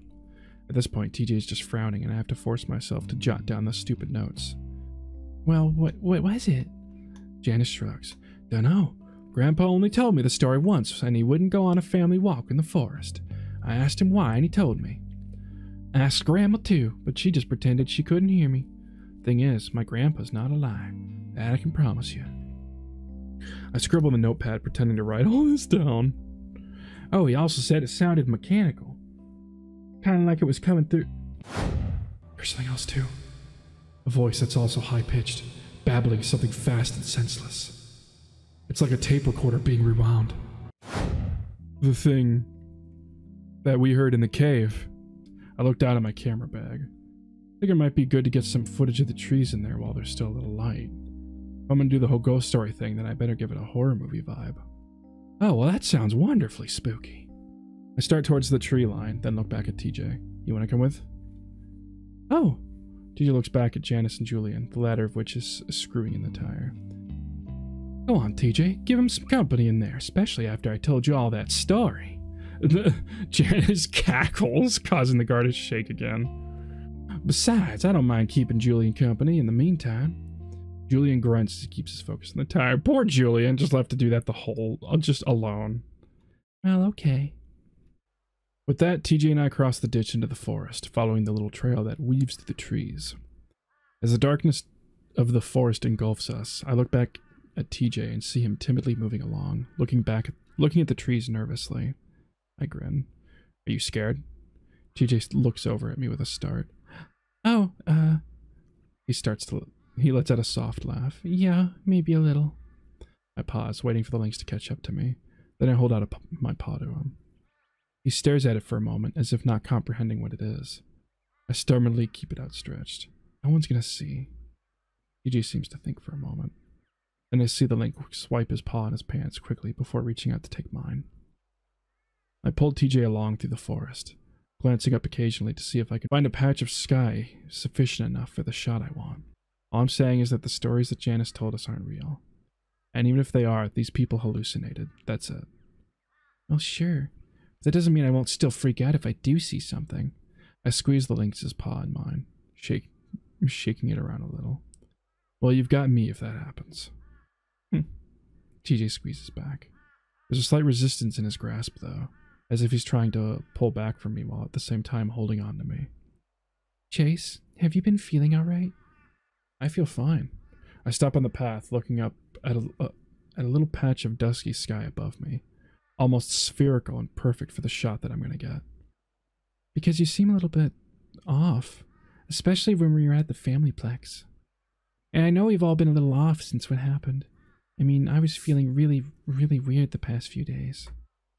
I set the bag on the path, unzipping the main compartment and pulling out the camera. Maybe you're feeling the same way that I was? I shrug, turning the camera on. I feel fine, Tej. He just suddenly places a paw on my arm, and that gives me pause. Chase, are you sure? He's looking at me directly in the eye, his paw pads warming the fur and skin under them, chasing away the chill of the evening. It's his wide blue eyes that catch my attention, though. They're sincere, kind, and full of love. It's then that I realize what TJ's trying to tell me. After all this time we've spent together over the week, getting to know each other better, talking about our future plans, it's only now that I realize. I stand up straight, facing the lynx more directly, a soft smile on my lips. TJ looks up at me, eyes looking over my face as if searching for something. Oh. I lean in and kiss him.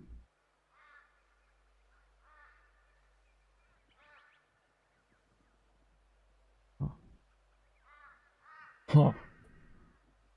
It lasts a moment.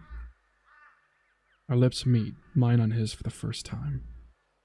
It's a moment of pure bliss, and I close my eyes to show the lynx just how passionate I am about it. I feel his lips freeze up against mine, then suddenly they're gone. I open my eyes in time to see TJ stumbling backwards. One paw flies up to his mouth as the other stretches out behind himself, as if worried he's going to turn into the trees. I guess I surprised him. I smile and follow the cat, reaching out my paws. You alright?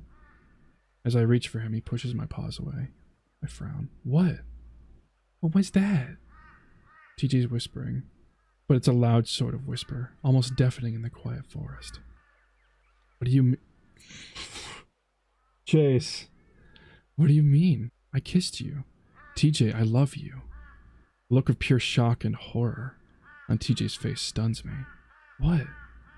What are you talking about? TJ, you're asking really dumb questions right now. You heard me.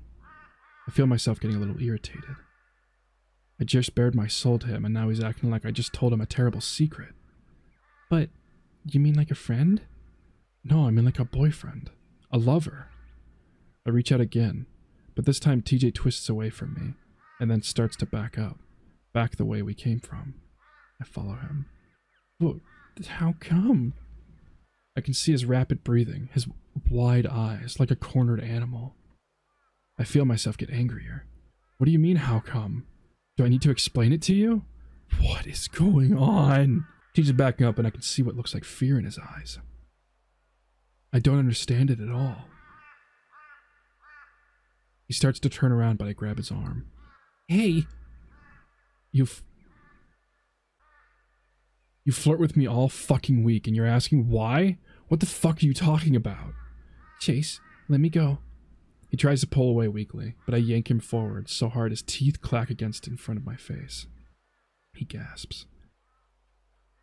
You make eyes at me across the table at the diner while we're doing yard work at Janice's house, and you don't get why? Why the hell am I getting so angry? Let me go.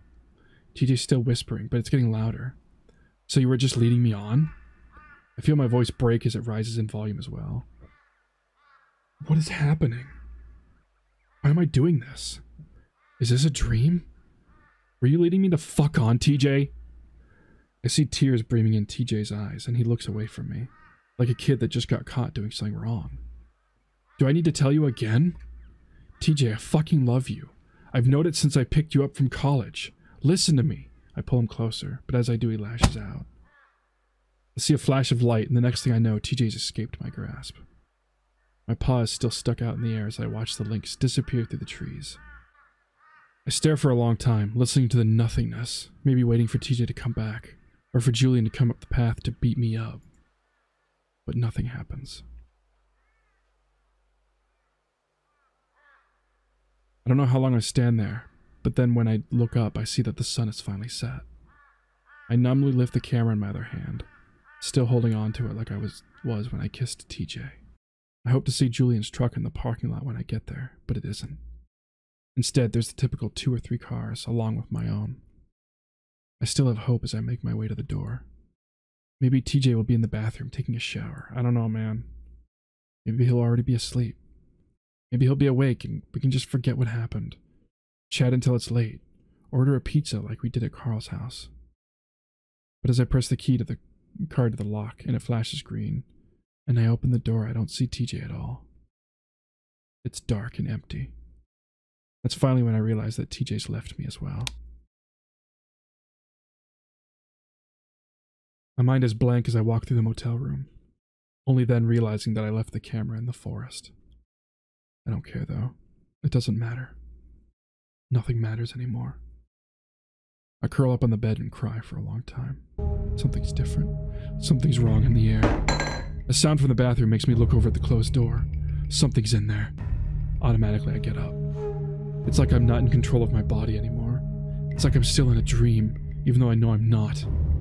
I get to the door and stand there a little while, listening to the breathing inside. And then I open it. I stand there for a little while, staring in. The light from the room pours into the bathroom, but it isn't enough to show me anything out of the ordinary. I feel it, though. There's an energy in there pulling me in. Slowly, I step inside, looking around, my heart hammering in my chest. I'm not scared. Not anymore. It's a sort of anticipation instead of fear, like I've been waiting for this ever since I got to Echo. I don't know if I believe in ghosts now, but I know what's happening here is real. I wait, feeling the cold tiles of the bathroom against the pads of my feet. I'm not sure how long I stand there in complete silence. It could be anywhere from 1 minute to 10. But that's finally when I get an answer. I don't hear anything, but I feel it. And I feel it coming from my left. I look, but I don't see anything. This isn't like the other times, when I'd hear him inside my head. No, the voice inside me is hiding right now, like even he's afraid of this. Still, I sense it, and even though I start to feel that fear again, I reach out for the door. Close the door. For a brief moment, I have a sudden realization of where I am, what I'm doing, and what's happening, but that's not enough to stop me. There's a haze over my mind. Where's TJ? Over everything, like I'm in a deep, dark dream that I can't come up from. I think I've lost my mind, or I'm dead. Either way, it doesn't matter anymore. I push the door closed, but not fully, letting just a crack of light in so that through the mirror, I can see the outline of the fur on the left side of my head. But as I'm looking at that, I start to get the feeling that it's not me in the mirror. I look shorter, smaller, and something's wrong with my face. I can almost see what looks like the corner of a mouth stretched all the way across the jaw. Just like I saw in the diner bathroom 5 days ago. I don't know, it feels so long. But it's then that I realize the presence I feel is coming from this thing in the mirror. We stare at each other for a long time, the fear rising and rising until it's almost overwhelming. But my feet won't move. My mind won't reason with what's happening. I'm in a nightmare. The mirror whispers at me. I see the grotesque mouth move with the raspy, whispering words. Slowly, I move a little closer to the mirror, ducking my head down a bit, reaching up to touch my cheek where I see the widened gash of a mouth. The reflection does the same, but when I touch my face, I only feel smooth fur, even as the fingers in the mirror brush against the opening. What's happening? I ask myself, but my reflection responds.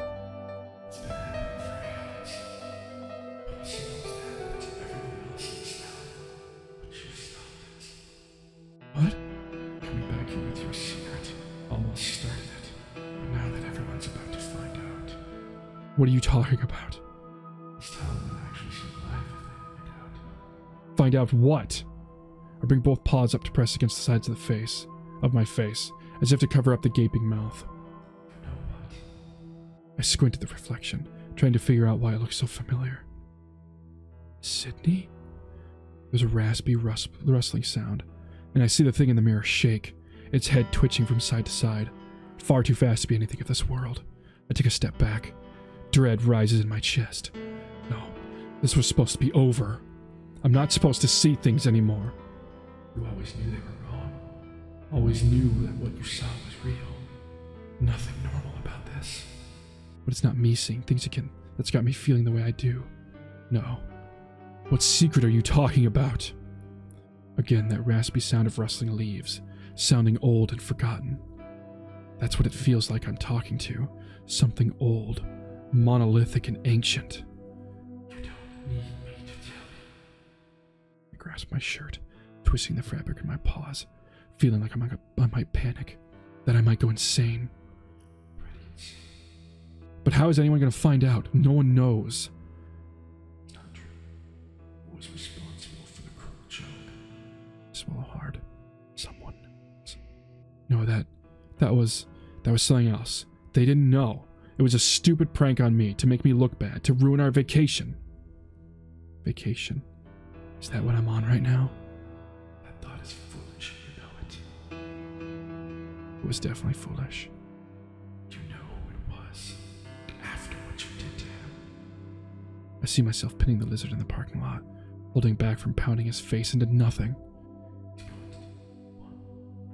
No. I hear myself whine, feeling like a child, like the small creature in the mirror. Yes, unless... I wait, feeling tears well up in my eyes, knowing that my life is about to change forever. The silence drags on until I finally break it. What? I can help you keep the secret. I wait a while longer, but the reflection stays quiet. I get the sense that time is going faster than I perceive it. My legs aching from standing here rigidly on the cold tile floor. Help me. I can tell you what you can do to keep things the way they are. I feel a small ray of hope pierce through the towering cloud of impending doom in my chest. Oh. There's a dark pause. A moment that marks an in-between. Between what was and what's about to become. I know things can't truly stay the way they are. They never do. Another split in my life, just like what happened years ago. Finally, the thing speaks, and I hear exactly what I expect. Do the same to the lizard. I swallow, feeling myself resisting, rejecting the idea. Unless you want them all to know your secret. But how do I know it was him? He sounded like he had no idea what we were doing. He is deceptive, a liar. His entire family has always been. But I can't if I don't know for sure. Show him the note. You'll see his reaction. The truth. As I continue to stare at the small, disfigured creature, I get the feeling that it's starting to move independent from me. That thought scares me, and I lift my paws. I'm relieved to see the reflection do the same. But as soon as I touch my face, I feel the corner of my face. I feel the corner of my mouth stretched up to my ears. In a sudden burst of panic, I lunge for the light switch and flip it on. I'm stunned as I bathe by blinding yellow light, and I have to shut my eyes for a moment before opening them. I see myself in the mirror as I've always been, staring back blearily. My eyes are bloodshot, and my figure seems to sag with exhaustion. I stumble back to the bed, almost falling before I catch myself on the edge with both paws. I stare at the square patterns on the comforter, feeling a little sick. For a moment, I hear whispers coming from the dark bathroom, but I don't even look up to see if I can see that figure in the mirror. I wish I'd closed the door, but I'm not going near that place again. So I just curl back up on the bed, facing away from the bathroom, closing my eyes. Toby's flat on his stomach in the water. Sydney is sitting on his back. Toby has just enough room that his head barely sticks out of the water. I can hear the cat sobbing. Sydney isn't saying much at all. He's got a strange look on his face. It's a look that I've seen before, like that time he'd covered Toby's mouth and nose. When he'd had him pinned down, we'd all had to pull him apart. It's the same look when he'd thrown a dirt clod with a rock in it at the link's head. A look that was determined, almost empty, but completely fascinated with what he was doing. He is a murderer. Almost like he liked it. Something about the situation scared me, though. The other times we'd been there to help separate them or stop Sydney from going too far. But now, it looked like he was trying to kill the cat. My vision blurs as I go under and speed toward them. I leap out of the water to knock Sydney off the links as hard as I can. Sydney falls back in the water before quickly pushing himself back up.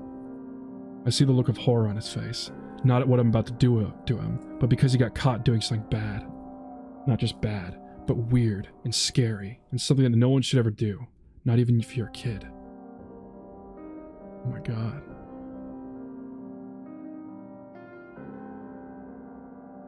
I feel a dark satisfaction in my chest, at the way I can hear his screams through the bubbling of his exhaling breath.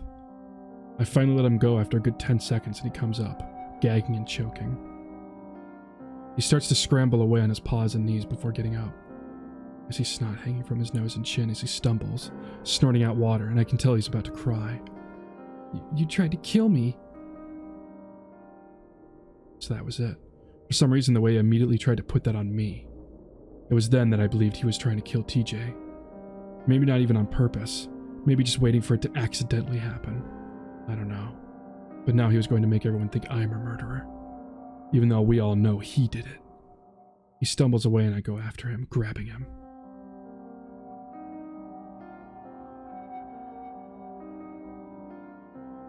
Poke my head through the waves in front of the others.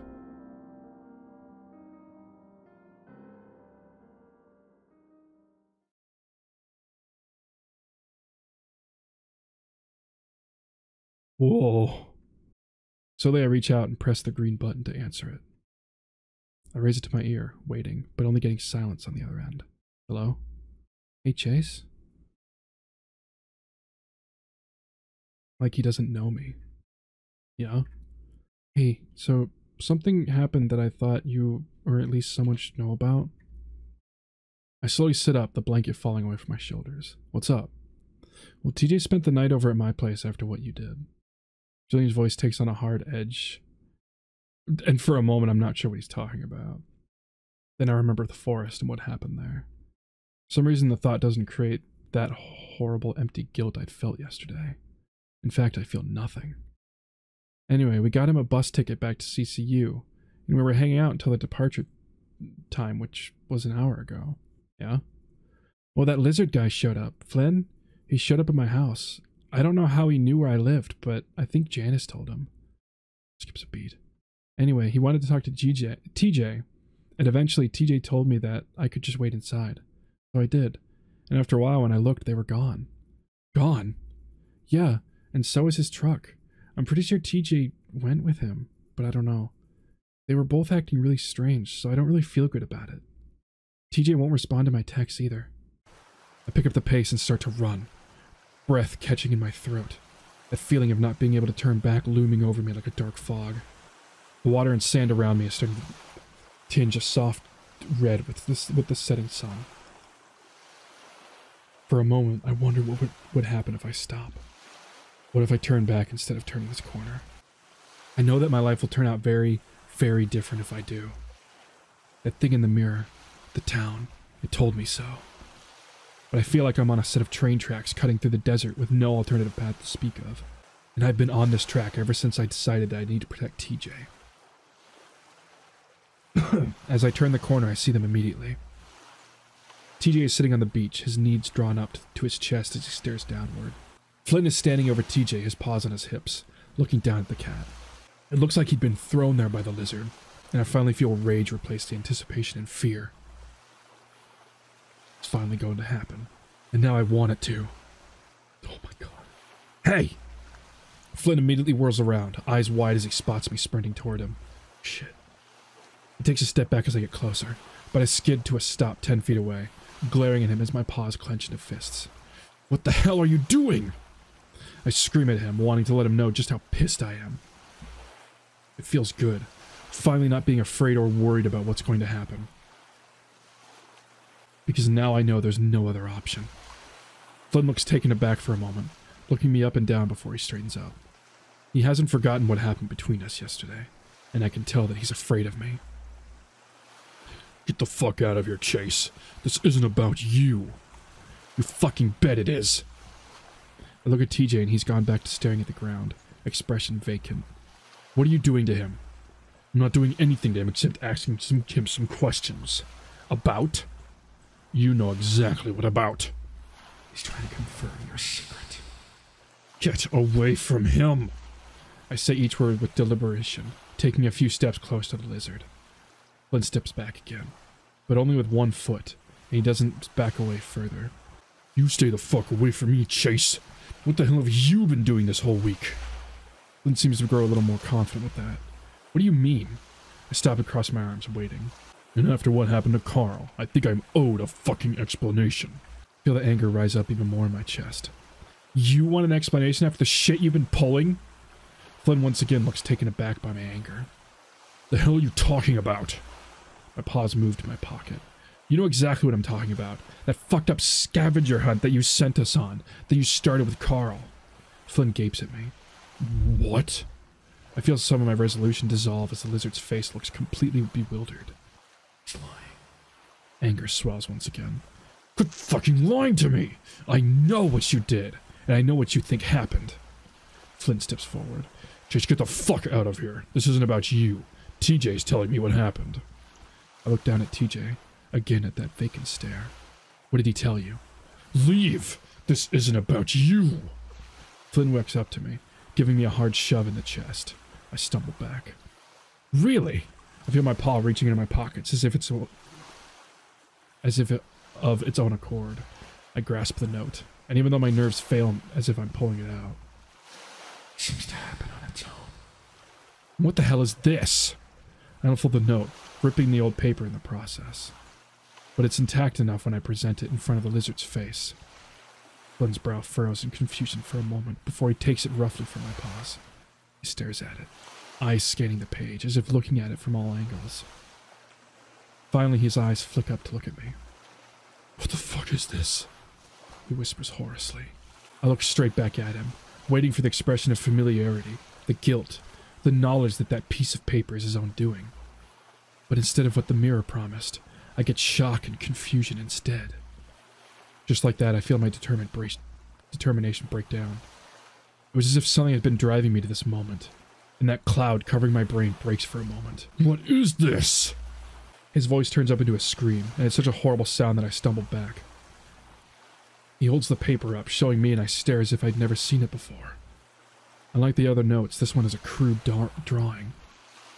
On the far left of the page, a small stick figure with the lynx ears is kneeling on a beach, surrounded by clams and starfish. He's covering his face, tears falling to the sand below. Extending out from the beach, poorly drawn waves spread across the top of the page to represent the lake. Far below the waves, two figures are connected near the bottom of the page. One has X's for eyes, his legs and arms splayed out, tiny little bubbles coming up from the mouth. Below that figure, another sits below him, grinning mischievously, holding the drowning stick figure down by his tail. As if the picture wasn't descriptive enough, words and arrows label the characters. Toby sitting on the beach, Sydney dead in the water, and Chase holding him. I'd looked at the drawing so many times before, but now to have Flynn be the one to show it to me. But he had to have been the one to draw this. Who else could have done it? But here he was, standing there in a state of shock, just like me. But I could see his expression very quickly morphing into fury. All my plans to confront him, to figure out how he found out are thrown out the window, because he just found out. Chase. I can see in his eyes what he's about to do. That's when he rushes, tackling me to the ground and crushing me into his hard, sharp rocks underneath. Unlike yesterday, all of my strength and confidence has abandoned me. It's like whatever's been driving me has left me right at this moment, taking several steps back to watch. Like it wanted this to happen all along. Flint's fist find my face, first one on the right side, then another on the left. Each one brings a flash of light to my vision, and at that moment all sense leaves me. It's kind of nice in a way, like I don't have to be present for the horror that I've brought on myself. A few more punches come my way, the impacts like earthquakes in my head, but I don't feel any pain. Instead, they leave me feeling stunned, like he'd been electrocuted. I can feel blood pouring from my nose, like a faucet though, and soon it fills my mouth with that familiar metallic taste. Fucking piece of shit! You think you can just play with me like this?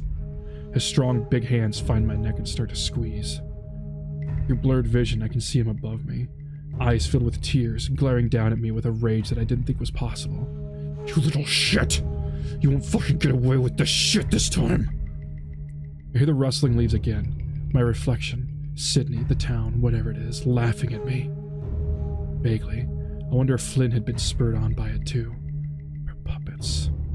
Nothing seems real right now. What's happening to me, to Flynn, what's happening between us, it seems impossible. But the breath that's stuck in my throat is very real, and I start to see stars and blackness begin to cloud my vision. After the things I've done, I guess I deserve it. I guess this is the appropriate way to go out. Flynn, soft voice coming from the distance. It was me. I did it. Hands come away from my throat, and I take in one massive breath, like I'm coming up from the water after being for far too long. Spit and blood go down my throat into my lungs, and I roll over, letting out a great cough, spraying the rock in front of my face with dark drops of blood. What? I watch blood drip to the flat rock in a steady rhythm from my nose, having to breathe extra hard through my mouth because of it. I said I did it. It was an accident. I pushed him out into the water and he drowned. I grab the rock, stumbling to my feet, feeling that old anger return. He's going to kill Toby. Stop him. I stumble unsteadily to my feet and turn to see the lizard with his back to me, approaching TJ. He will never leave Toby alone, just like Cindy. Stumble after them, hand tightening around the rock, the back of Flynn's head in my sights. What did you say? But you can stop it, for good. Break the circle. I'm a few steps away from Flynn when I swing, bringing it down on his head as hard as I can. The sound is awful. Immediately, Flynn bends over, screaming in pain as his paws come up to clutch the back of his head. I swing again, this time glancing off the top of his head, most of my power robbed by the poor angle. Flynn turns to me then, still crouched low, and tries to tackle me. I stay on my feet for the most part, but I'm pushed back several feet as I grab onto his back for support. I feel the cold water on my feet. And that's when I grab the lizard under his armpits and start to pull us both out further. Flynn doesn't seem to realize what's happening until the water's up to our knees. He stands up straight and I see the blood running down his face from his head. He's glaring at me, expression wild, gaze clouded just like mine, and he takes a swing at me. It lands on my jaw. Though my head is snapped to the side and another flash fills my vision, I'm able to grab that paw and swing him out further into the lake. The lizard stumbles in the shadows, standing up, waist deep, and that's when I throw myself at him with everything I've got. I tackle him into the water and we're both submerged. I feel a change in Flynn's demeanor. The change as he realizes that he's gone from fighting for the truth to a fight for his life. Claws come out and scratch at my arms, but I ignore it, the cold of the water numbing any pain that I might have felt. I kick us further out into the lake, my powerful tail and body coming into play, doing what I was built to do. I know I knocked the breath out of Flynn when I barreled into him, so he doesn't have much time before he needs another breath. I'm not going to give it to him. I thrust us both through the water, downward against the rocks and sand below us. He grasps at me, kicking with his feet, and I catch a glimpse of his face then. It's not angry anymore, or clouded. Instead, he stares at me with shock and utter disbelief. I'm killing him. And he realizes it. He also realizes the truth then. I see it in his eyes. What he's wanted to know for the past decade, he realizes in the last minutes of his life. He kicks at me with his feet. His movements becoming even more desperate. His paws move to my neck, trying to choke me again, but it's useless. I already have my breath. I watch bubbles spurt from his muzzle, then all at once in a gush. His paws go from strangling to pleading. He grabs me by the shoulders, shaking, tugging, looking into my eyes. But I'm relentless. That feeling of not being able to turn back too strong. His muzzle opens, trying to breathe but only taking in water. Why am I fucking... His thrashing turns up a notch, scratching my legs with his claws as he kicks even harder. The second burst of desperation only lasts a few seconds though. His movement's growing more and more tired, weaker and weaker. He's not looking at me anymore, eyes staring past me, toward the glimmering surface above. A place I'll never let him see again. His movements become more sporadic, like he's having convulsions. My instincts tell me to let him go, to end this insanity, but my paws don't let me. I close my eyes and press harder. After a few more minutes, I don't feel any more movements. Slowly, I let him go, careful not to look at his face. His body stays still for the most part, moving back and forth gently with the current. I kick to the surface, my limbs numb as I break through the cold air above. I pull myself along through the rocks, gasping and feeling incredibly weak for some reason. My stomach lurches, and for a moment I feel as if I'm going to throw up. I stay there on my hands and knees, staring into the water at my reflection. My face looks blank, and for a moment I see the horrible gashed mouth. I know I'm crying, even if the lake water is covering it up. What happened? But as I look up, and as I see TJ there, everything comes together. He's on his knees, staring past me, mouth hanging open. Suddenly I remember exactly why it is this all happened, and my chest fills with warmth and love for the cat as I stumble toward him on my knees. TJ doesn't seem to notice me as I wrap my arms around him, pressing his face to my chest.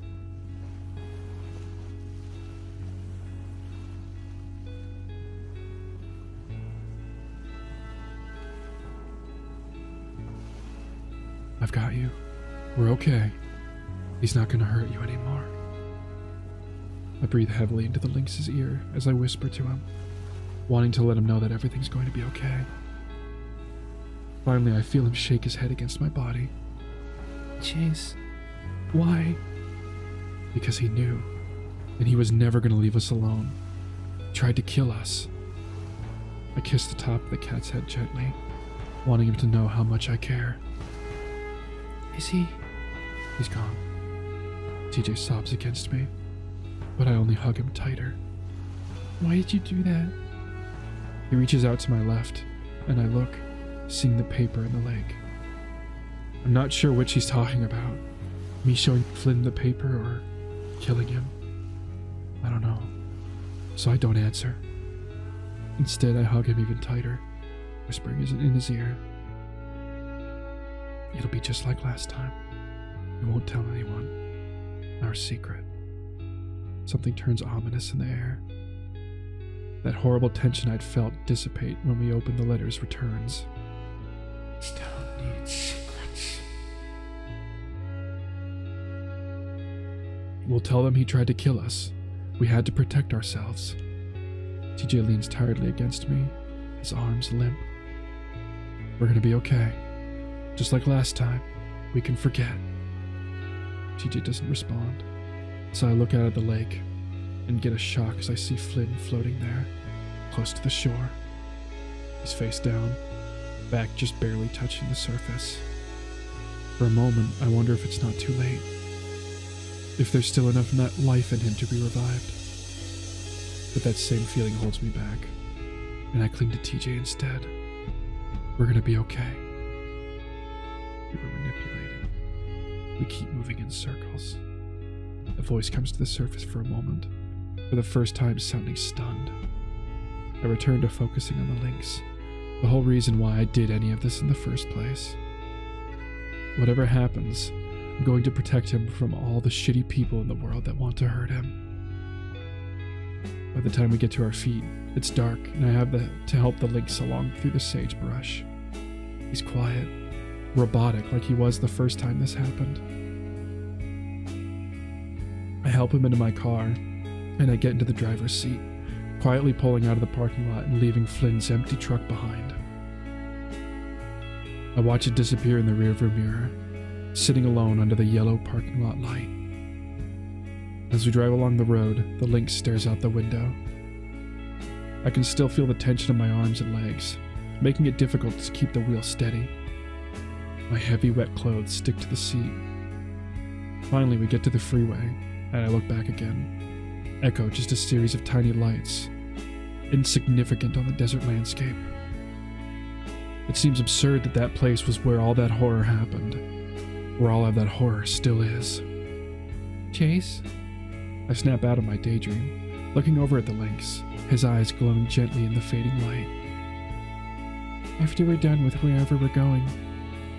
The police station? Yeah. Can you give me a ride back to CCU? I missed my bus. TJ smiles sheepishly. I blink, wondering what to say. Does he not realize? Then I realize what he's doing, what's happening.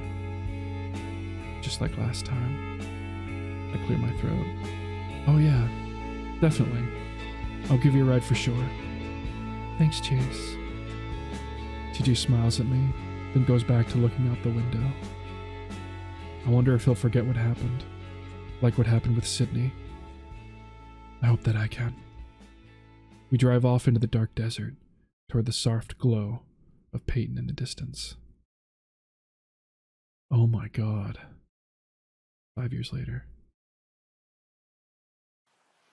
Oh, I've seen these characters. Yeah.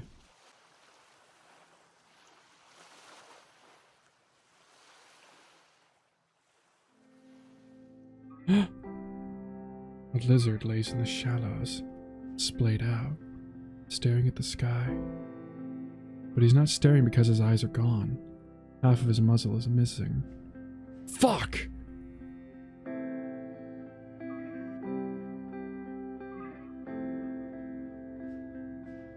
Flynn. That ending was somehow darker than the other one. What the fuck? Epilogue. I found out that there is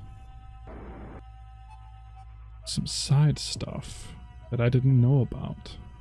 So there's some stuff with TJ. I don't know if there's some stuff with Flynn or anything, but I do know there's some stuff with TJ.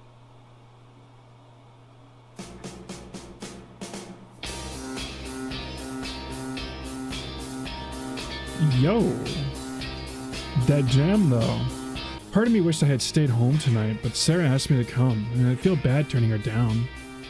She looked so excited when she mentioned how much effort she and the rest of her Bible group put into this party. She'd said that after a recent string of storms, the school wanted people to know that there was a severe weather shelter in the basement of the church. At first I thought it was I'm just dancing. I'm just bobbing and weaving to this music right now. Almost all of us are standing around, talking or avoiding eye contact, save for a few adventurous souls dancing awkwardly next to one another. I finished off the last of my drink and decided to head back over to the punch bowl. Keep my head down, avoiding eye contact as I walk through the crowd. I reached the refreshments table and ladled more juice into my cup and sighed to myself. I really shouldn't have come here tonight. My parents are out of town for the weekend, and I had to ask Chase and Leo for a ride. I figured since they were already heading to Peyton tonight, it would be alright, but something about their mood made me think that I had ruined their night. I told them that I'd try to find a ride home with someone else, and then I'd call them if there were any changes, but they said not to bother. Chase said that they'd stick around, that it's not like they had anything better to do. Aww. The way he said it made me realize I'd made a mistake bringing them into this. I can't take my mind off of it now. I tried to make Sarah's night a little better, but ended up ruining Chase and Leo's. Now I'm avoiding Sarah, and I can't help but feel like I'm ruining everyone's night. I have to stop myself from thinking about it too much. Oh, poor TJ. I really don't think you did ruin... I legitimately think Chase means that. I don't think he has anything better to do. Bring my cup to my lips and drink just so that I'm doing something, if only for a few seconds. I end up downing all of it and I close my eyes. I focus on slowing my breathing to stave off a panic attack I feel coming on. It takes a few minutes, but finally I can feel my heart rate slow and my body relax. Oh, poor TJ! He's such a nervous little boy. He's such a nervous boy. Only to be startled by a hand touching my shoulder. Hey! Hey! My voice is squeaky. She smiles a little at that. I was hoping to find you here. I was looking for you earlier, but I got caught up with Jessica and Amber. Her eyes dart around and she blushes. Would you like to dance? I can't help the shocked expression that I'm sure is on my face, and my eyes dart to the ground. We start to step out of sync, and I can feel her torso grind against me. I can feel her press her hips into mine. I tense and try to pull my hips away, but that only succeeds in making matters worse as the angle changes, and I can feel myself bumping into her. Coming to rest just above my tail. My entire body is tense, and I can feel myself starting to panic before the song fades out for another with a faster tempo. I love this song. She pulls away and I feel a wave of relief wash over me, hoping she didn't notice or isn't angry about what happened. As I'm going in, I remember that Chase and Leo are somewhere around here. Maybe I should go and chat with them. I finish up and make my way down the long empty hallway. Try looking for Leo and Chase, but it's hard to see much in here. I stand on my tiptoes, hoping to see Leo's ears since he's so tall. Nothing. I circle the room twice before I give up. Maybe they went outside? Luckily, I spot Leo's truck sitting near the back of the lot. So at least they're still here. That's not where we parked when we got here. That's weird. Maybe they went to get something? I head over to the truck, passing into the street lamps. The lights are dim and the lot is mostly dark, including the spot Leo's truck is occupying. I assume that they just got back from wherever they went and are still in there, so I make my way towards the truck. I can start to make out that someone is in the driver's seat, but the passenger seat is empty. I can't quite make out who it is, but it has to be Leo, right? I can see his silhouette outlined by the back window, but something seems off. Like it doesn't really look like him. I slow my pace and try to make out what I'm seeing. I stop about 30 feet from the truck and squint my eyes. Suddenly the silhouette starts to move, but not just that, it starts to morph and change and split. They were making out. Second shadow moves to the passenger seat. I start backpedaling as the driver's side door opens. About to turn and run when the headlight comes on and Leo leans out. Hey TJ, is that you? I stop and relax, internally chastising myself for being so skittish. They were making out. Yeah, I was looking for you and Chase. Where'd you go? I walk more confidently towards Leo, and as I reach the car, Leo closes the door and rolls down the window. It looks to his right. Chase is sitting in the passenger seat. He looks a little embarrassed and also a little annoyed. He has a jacket over his lap, and his bare legs are sticking out from beneath it. He closes his throat. We just went for a snicker at that. Oh, okay. I'm still not sure what they're talking about, but I have. Come on, TJ, it's obvious. Come on. I look at Chase. So, are you going to the party? Leo looks at Chase, who sighs heavily, like he's just put down a giant weight. I don't know about that, TJ. It's kind of awkward. Not really into the whole Kool-Aid thing. That last part comes out all mumbly and quiet. I flatten my ears to my head and ball my fists. We're acting like this is some cult, Chase. My eyes go wide when I realize I said that out loud. Chase rolls his eyes and makes a sound with his mouth. I know, TJ, I was just joking. I clench my fists harder. No, you're not. You always mumble stuff like that when all I'm trying to do is include you guys. Chase glares at me before responding. Maybe it's because I'm not comfortable being in a place that thinks people like me and Leo are disgusting. Who in there thinks you're disgusting? You know most of them. You've hung out with me and Sarah before. So who in there thinks you're disgusting? Chase rolls his eyes again, and Leo seizes the opportunity to step in and raise his hands. Look, Chase, we're here on TJ's behalf. The least we can do is stop in and say hi. As I walk down the road, I can feel the gravel shift under my toe pads, and it tickles my feet. I force myself to smile, and I try to think about other happy little things in life, but all I can think about is Chase and Leo. I sort of disconnect from what I'm seeing, drawing into myself as I wonder why I thought it had been a good idea to invite Chase. He's always been kind of mean, but today it's even worse for some reason. He'd always been okay with me and my beliefs, but I guess actually bringing him here had been too much. I stop and snap back to reality. It's completely dark and I look up. It seems I've walked past the streetlights on this road. I turn around and look back towards the church. I didn't realize I'd walked this far. I can barely make it out from here. How long have I been walking? I continue walking and go to put my phone in my pocket. I miss and it tumbles to the ground. I stop to pick it up. From my back of my neck stands up again. I thought I heard footsteps. After I stopped walking, there were echoes, but something about a few of them sounded different. But it had to be the echo, right? Oh. Oh. A handsome boy. He's a handsome lynx. I try to focus on anything other than that sound, but there's nothing to hear. It's gotten so loud that I don't think I'd be able to hear a jet engine at this point. I feel my lungs start to burn, and I release the breath I hadn't realized I'd been holding. I was so focused on hearing something, anything other than that ringing, that I ignored everything else. I inhale, the night air pierced by the sound of my breath being released. I must be going crazy. I take one last look around and start back towards the church again. But once I step out of the light, I swear I can hear footsteps start up behind me again. I focus on steadying my breathing and listening for any out-of-place sounds again.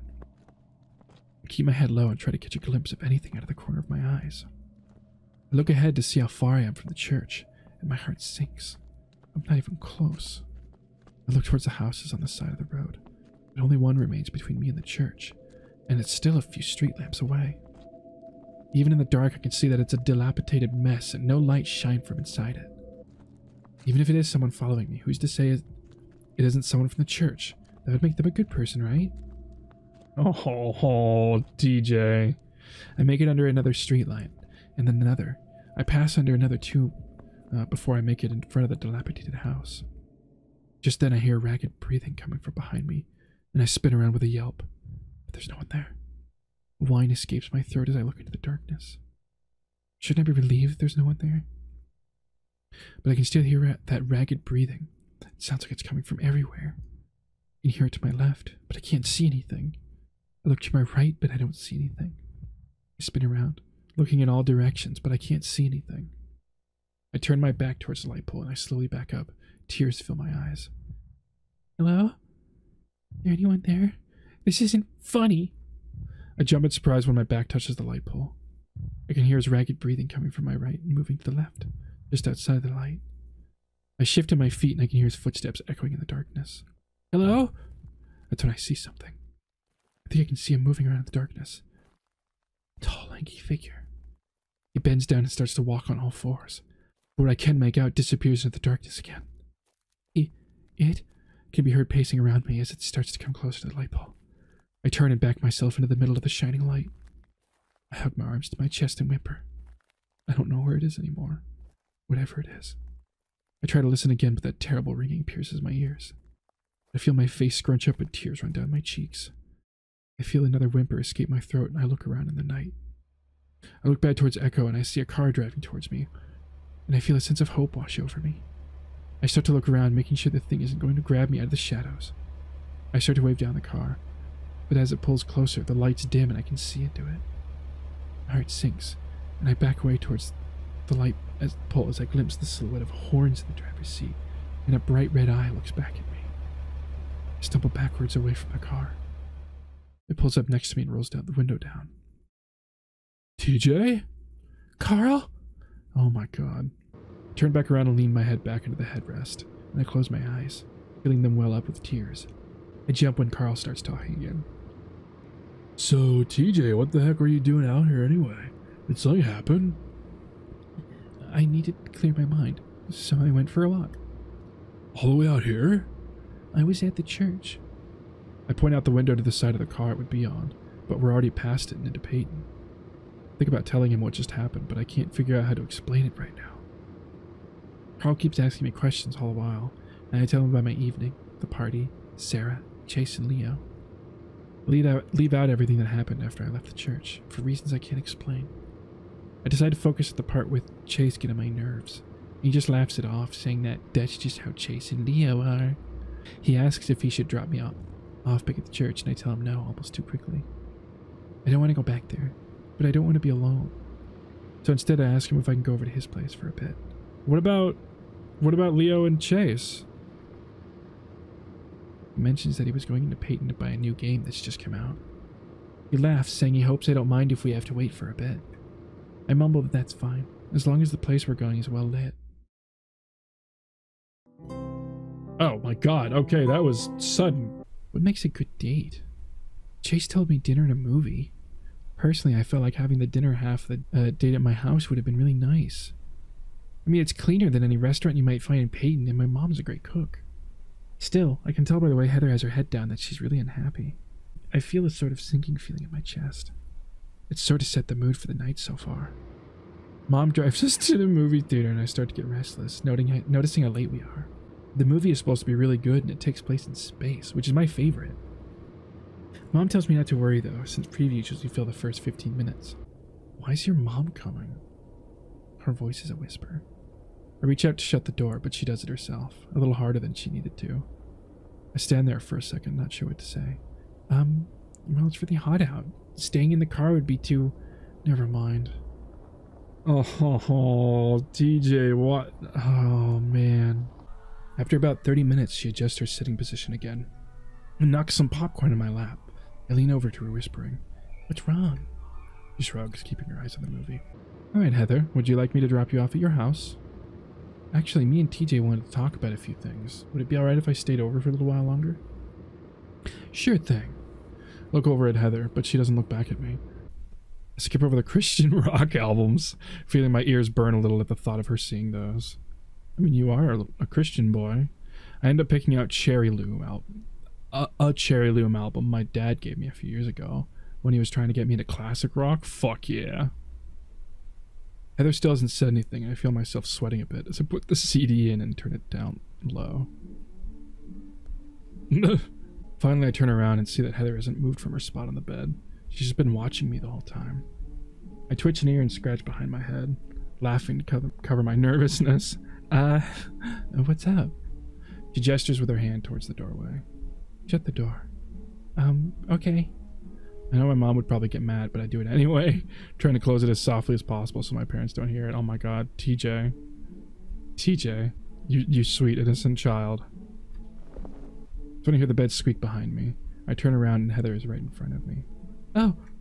I jump back and bump against the door. Heather giggles and moves closer, and I can feel her breath on my face. She reaches out and rests her paws on my waist, and slides them up, pushing up my shirt, her paws on my bare fur now. Oh, wow, okay, I have no idea what to say or what to do. Heather just giggles at me again, pressing her fingers through the fur of my skin, and I can feel her paw pads against me. No one's ever touched me like this before, and I know I'm supposed to like it, but I don't. It's almost like I've jumped into ice-cold water and now I can't breathe. I open my mouth and I think I'm about to ask her to hold on, but that's when she kisses me. It's awkward, and her bottom lip presses up against my teeth while she pushes me back, banging my head against the door. I can taste the butter from the popcorn still on her lips. She huffs into my mouth excitedly as she pulls me away from the door, then pushes me down onto the bed. Wait, Heather. My voice is quiet as she pushes me all the way down, so I'm flat against the bed, my legs dangling off the side. She's really excited, and it kind of scares me, her eyes wide and her breathing coming in loud huffs. I grab at her wrists and pushes me, as she pushes my shirt up again, but this time she does it all the way to my neck. She leans down and I gasp as she presses her cold nose up against my stomach. She's so confident about what she's doing. Has she done this before? She nuzzles lower, then presses a paw against my crotch. I sit up fast and push her back. Heather, let's stop. I quickly push my shirt back down. Heather stares at me, then awkwardly stands up, folding her arms. You weren't enjoying it. I keep pretending to adjust myself, having no clue about what I should say. No, it was okay. I'm just not ready is all. I know that sounds really cliche, but it's the truth. I finally lose the battle with my ears and they lilt off to the side of my head as Cherry Loom plays softly in the background. Alright, I should probably get going now. But she doesn't move, she stands there, like she's waiting for something. I'm still too stunned to really know what to say. Do you need a ride home? That's the best I can manage. She sighs again before turning to the door. No, it's alright. It's only a few minutes away. See you on Monday. Okay. I get up awkwardly to walk her to the door, but she's already gone. Oh, ho, ho, ho, ho. I sit there on the bed for a while, hearing the rumble of my dad's voice for a bit before I hear the front door open and close. Then I hear some footsteps up the stairs and my mom sticks her head around the doorframe. Everything okay? Why aren't you walking her home? She told me she wanted to walk alone. I felt my ears droop lower. Oh, alright. Mom's about to leave, but then she pokes her head back around the doorframe. My father and I are watching TV. Why don't you come down and join us? That actually sounds nice. And my ears perk up a little. Sure, I'll be there in a minute. Okay. She smiles at me before pulling back from the doorframe. I watch the doorway for another minute, then sigh and lay back again. I cover my face with both paws, rubbing my forehead. I'm so bad at this stuff. Why did I even try? That's when my phone buzzes and I take it out to see a text. How's the date? How's the date? I stare at it for a second, then on a whim, press the call button with my thumb. Oh. He picks up after the second ring. Hey, B. Wow, Chase. Well, he is younger here. He's 3 years younger, so makes sense. Hey, biatch. Your data over already? Hey, Chase. What's up? I can hear him adjust the phone, and his voice drops the lisp. I hear Leo's voice in the background, muffled. I start to massage the bridge of my nose, closing my eyes against the room's light. Yeah, the date's over. It was okay, I guess. Are you asking me? How was it? I wait a while, listening to white noise on the other end. I can hear some music in the background. I wonder if they're in Leo's car. Chase? Is he? Oh my god. I mean, so throughout TJ's route, he does reference to wanting to see Chase a lot. Oh my god. Chase, how did you know you're gay? There's some silence on the other end before I hear a burst of laughter. Oh, I don't see anything now. What did he say? Leo sounds really close now, like his muzzle is right up against Chase's. I hear some more adjusting of the phone going on before Chase finally responds. Sorry. I just didn't expect that. Are you on your computer? Yeah. I get off my bed and walk over to my desk, waking my computer up. Okay, go to the website Thickfur. I type into the URL and press enter. Immediately a buff fox with no clothes on pops up. He's got his paws on his privates and he's sort of pushing them up. There are a bunch of other pictures too, but I don't have time to process them as I jump and close the browser. I dart my eyes behind me, half expecting to see Mom and Dad staring around the corner, their eyes wide in horror. Chase! That sore you hard? What? No! Then you probably aren't gay, TJ. You like looking at boobs, don't you? I pause. Well, Wait a minute, don't you? Well, not really, I guess. This isn't you being all Christian, right? No, I'm fine with this stuff. I just haven't really given it much thought, I guess. I guess you could be asexual. Ow, Leo, stop it! I can hear the phone getting bumped around again, and I think I know what's going on. What are you guys talking about? His voice is playfully accusatory, and I can hear some more shuffling with the phone as I assume Chase tries to move away from the wolf. Alright, TJ, I better get going. I'll talk to you more about this on Monday, okay? Okay. Leo's voice is muffled, like he has something in his muzzle. And listen, TJ, He sounds strained. Heather is, well, she's not that. It's just not a big deal, right? Okay, I'm gonna go. Talk to you later. see ya. I hear Chase start to snap something at Leo before he hangs up. I drop my phone on the bed next to me and close my eyes, tempted to just fall asleep right then and there. I feel better, though. Chase always had a way of making things seem alright. Aww. I start to wonder what Chase and Leo might have been doing. He was probably nibbling Chase's ear. Leo does that a lot. In front of us, too, sometimes. I actually think it's kind of cute.